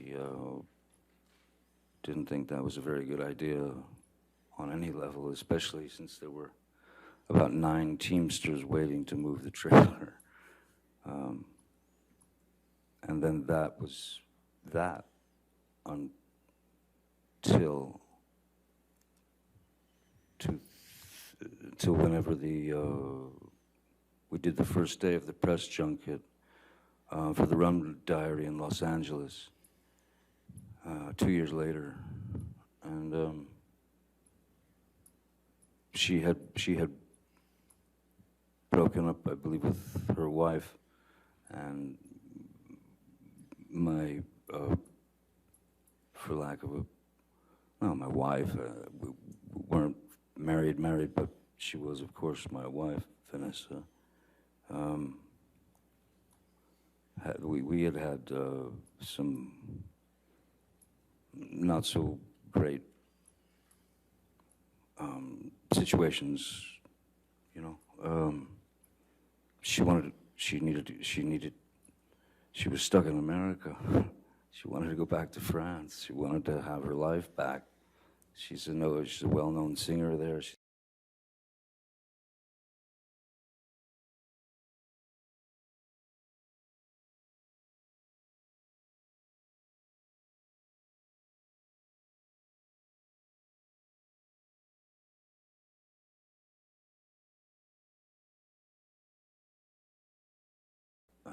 And that's not long out there. Right around then is when Miss Heard and I started to see each other here and there, occasionally. Between the end of the filming of The Rum Diary and the press junket, did you and Miss Heard communicate at any time in between?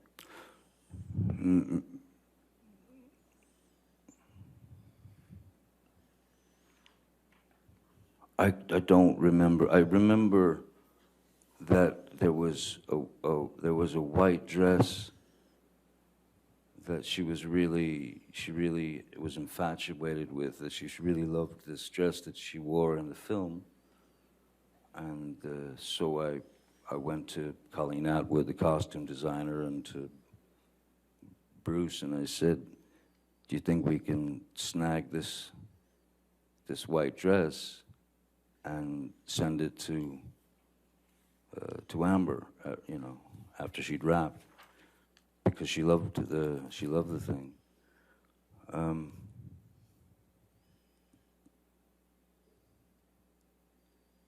I remember talking to her, I think, then, but briefly.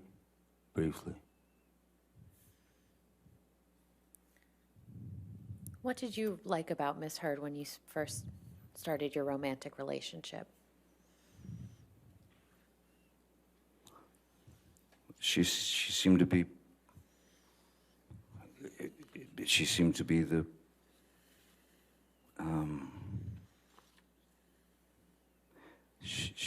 be the perfect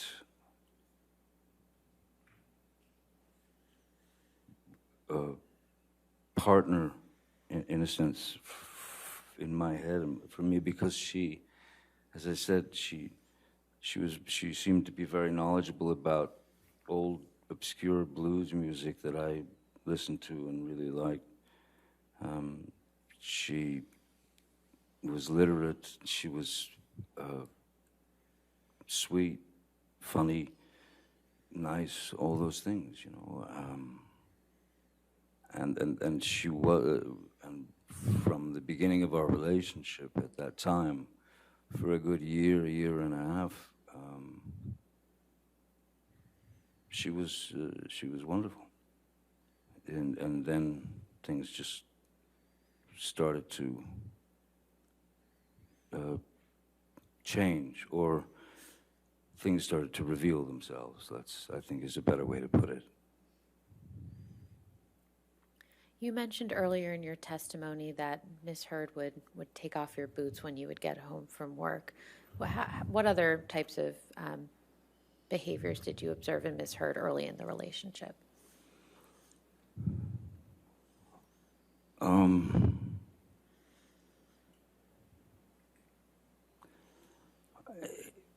Little things that you would kind of, it would just, you'd question in the back of your mind, you know, if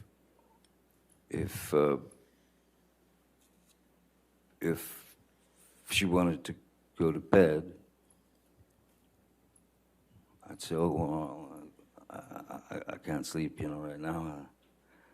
And rather than go and just lay in a bed and stare at the ceiling, I would say, I'll just watch, I'll be out here watching TV or hanging out. And that was just not acceptable.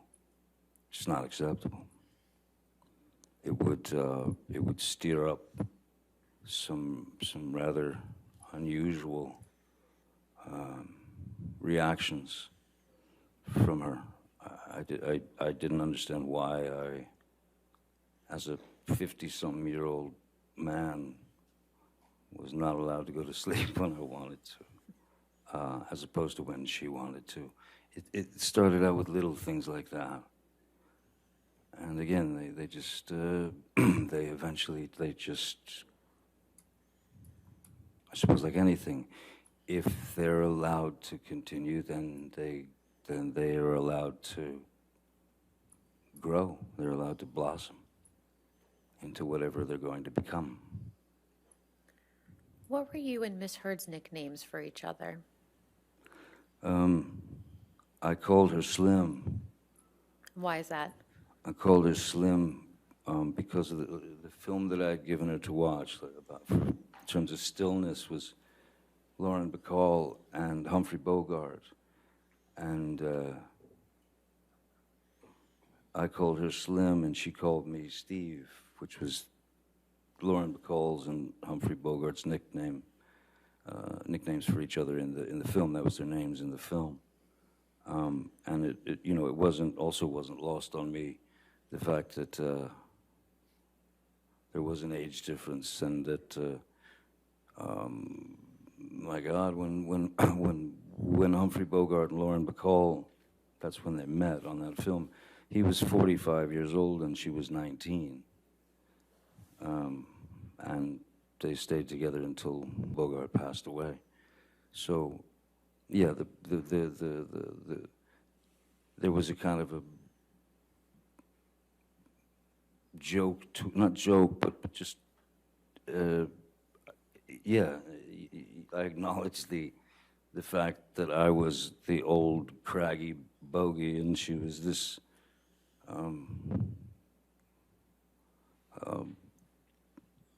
beautiful creature, just this stunning creature.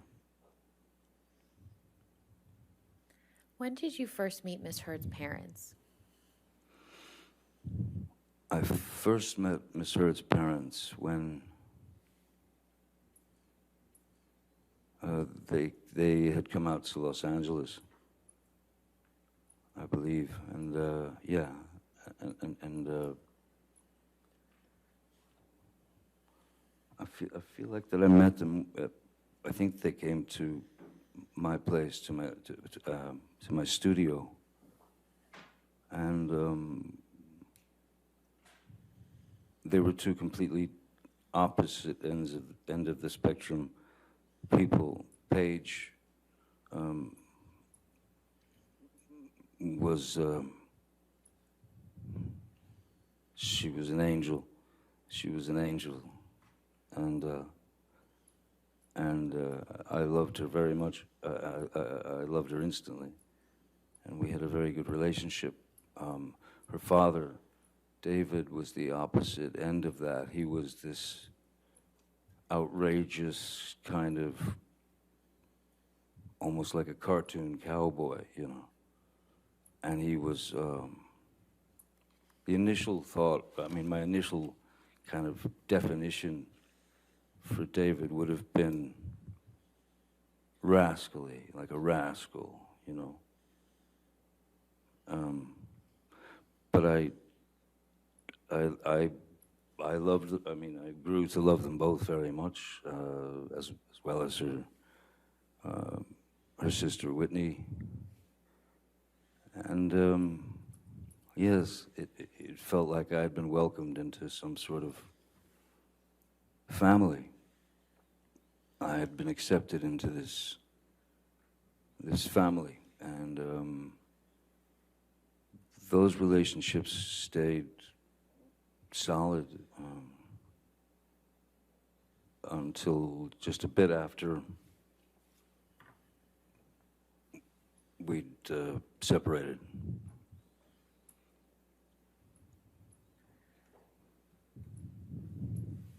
How often did you spend time with Miss Heard's parents during your relationship with Miss Heard? Quite a lot. Whether I used to have a boat, and we would take her parents, her family, and we'd go sail the boat and, drop anchor at the island, and we would spend a week, 2 weeks, whatever, on the boat, on the island. Also, they would come to Los Angeles quite a bit. We also would go to Austin here and there to see them, visit them.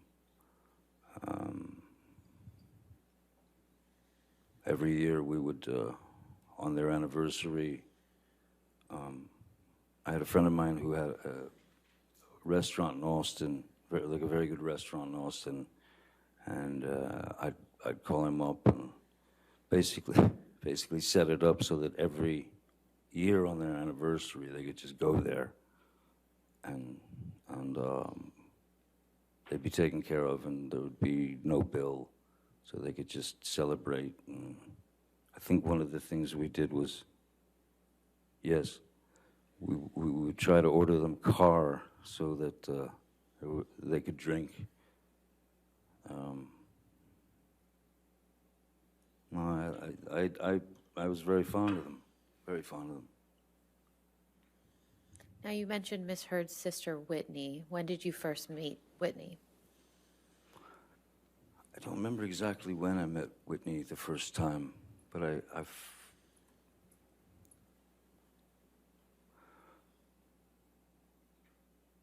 felt when I first met Whitney, there was something in what I saw of Whitney that was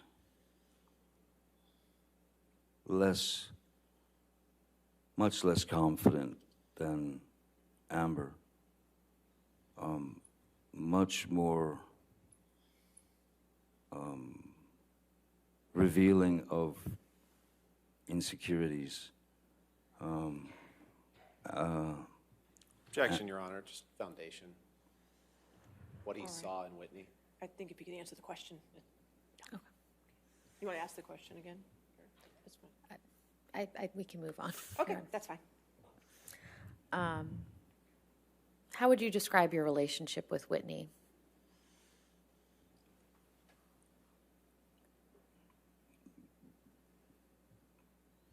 Great. I mean, fantastic. I called her sis. I loved her, you know. I had always felt something. I'd always felt like Whitney had missed out on something. Same objection. All right. We can move on. Okay, thank you. Where was Whitney living when you and Miss Heard first started your relationship? She was living with her then boyfriend, Sean Krajewski. Was this in the same? Where was Miss Heard living when you first started your relationship? Miss Heard had informed me that she just moved to a new place on Orange Avenue. What city is that in? Los Angeles, sorry, yeah. And was Whitney also living in Los Angeles? Whitney was living in Los Angeles, yes, with Sean Krajewski and, yeah. So how often would you see Whitney when you and Miss Heard were in a relationship? Oh, a lot. Whitney would come over all the time with her boyfriend for dinners and such. Miss Heard always liked having people over, you know, for dinner parties and social kind of events at her place. Have you ever done any drugs with Whitney? Yes. How often would you do that? With Whitney, Yes, with Whitney. maybe three times, maybe twice, 3 times.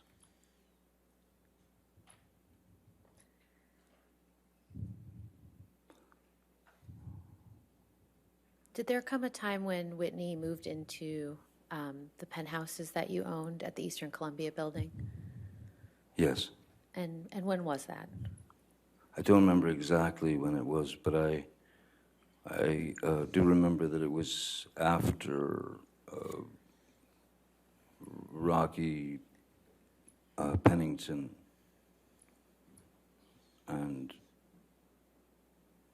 yes, I believe Josh Drew was there already as well. Whitney, I can't remember why she needed a place, but she needed a place, so we gave her penthouse 4 to live in.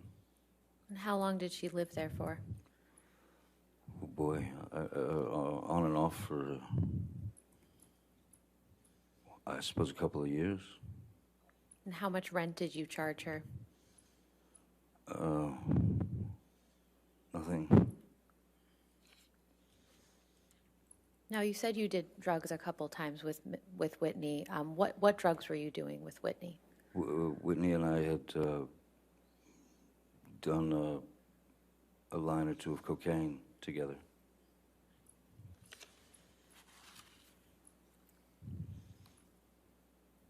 When did you start getting introduced to Miss Heard's friends after you started your relationship with her? Almost immediately. Well, in fact, immediately, yeah. Immediately. I was introduced to the whole gang, you know. Rocky, Io, Brittany Eustace, Whitney, certainly. Who else? That's all that comes to mind at the moment. No, you mentioned Rocky. Who is that specifically? Raquel Pennington. It was Miss Heard's good friend from youth, I suppose.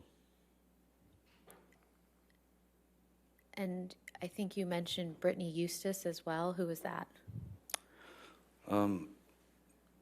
Brittany Eustace was just one of the gals, you know. She was one of the gals, and she was quite bubbly and funny and real sweet girl, southern girl. I haven't seen her in. I think that something went sideways between Brittany Eustace and the girls because she suddenly just disappeared from the group. And when was that? We were probably a year and a half, or maybe 2 years into the relationship, 3 years maybe. And I believe you mentioned someone named Io. Who is that? Io Tillett Wright was a friend of Ms. Heard's from New York City, who was who had identified as she was born a female, if that's the right terminology these days, born a female, but she was she had chosen she at a very young age she had decided that she was a male, and she identified as a male. And Io seemed to be, again, she was very intelligent, very literate, kind of a go-get-em kind of activist type. And she was writing a book, I remember. She was writing a book, Io, or he was writing a book, rather. And I had a house on one of my, on Sweetser, one of the houses there was empty. And it was in fact a house that I'd set up to write in. And when she had no place to stay or go, whatever, I I called her over and I showed her the house, you know, where the desk was and all the things. And so I said, write your book, you know, write your book here. So she did. Did Io end up living in that house or just working there? No, Io ended up, no, she ended up living in the house for somewhere in the neighborhood of a year, I guess. Somewhere about a year. And how much rent did you charge to Io? Nothing. And did there also come a time when Rocky moved into the penthouses at the Eastern Columbia building? Rocky moved into penthouse 2. And do you recall when that was? Oh no, penthouse 1. Sorry, penthouse 1. That was not long after Miss Heard and I started to begin to dress that place up as our residence. So it wasn't very long after that at all that Rocky came. I had already had my friend Isaac, who you've met, Isaac Baruch, the painter.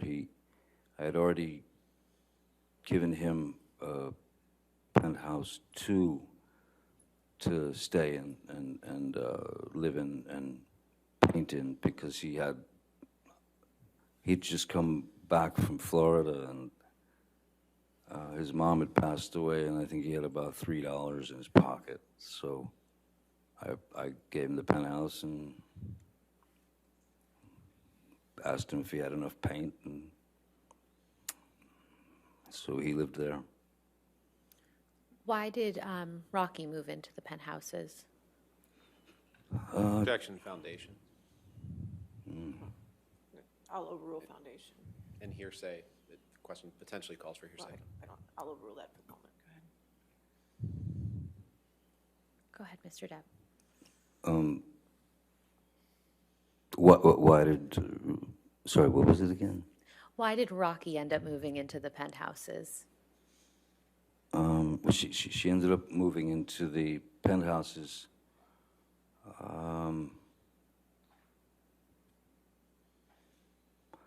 I don't recall. I believe it was something to do with just not having a place. And Amber had asked if I would be okay with, you know, Rocky moving in. And I said, of course. The penthouse is empty. I wasn't in the, I wasn't going to be renting them out necessarily anyway. You know, they were for friends to come and stay. Penthouse 4, in fact, was initially planned out for my sister Christi to have an escape from her 3,000 grandchildren and the amount of workload that she had taken on at the company.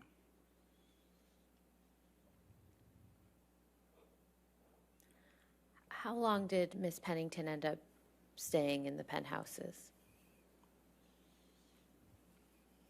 Longer than I did. And how much rent did you charge to Miss Pennington?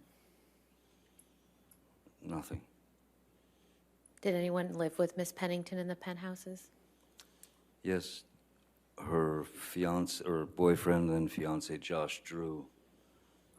And then at a certain point, I learned that there was another female living there. I wasn't sure who that was. I didn't know who that was. Because there were 2 bedrooms, and so she had invited a friend to move in.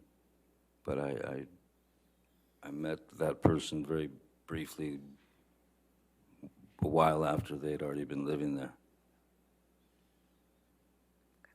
Are you at a good breaking point? I think just this wanna is a make sure. good Okay, stopping point. That's fine. All right, ladies and gentlemen, it is 5 o'clock, so we'll go ahead and break for the evening.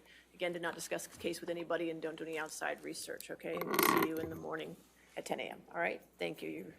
You're excused for the day. Thank you.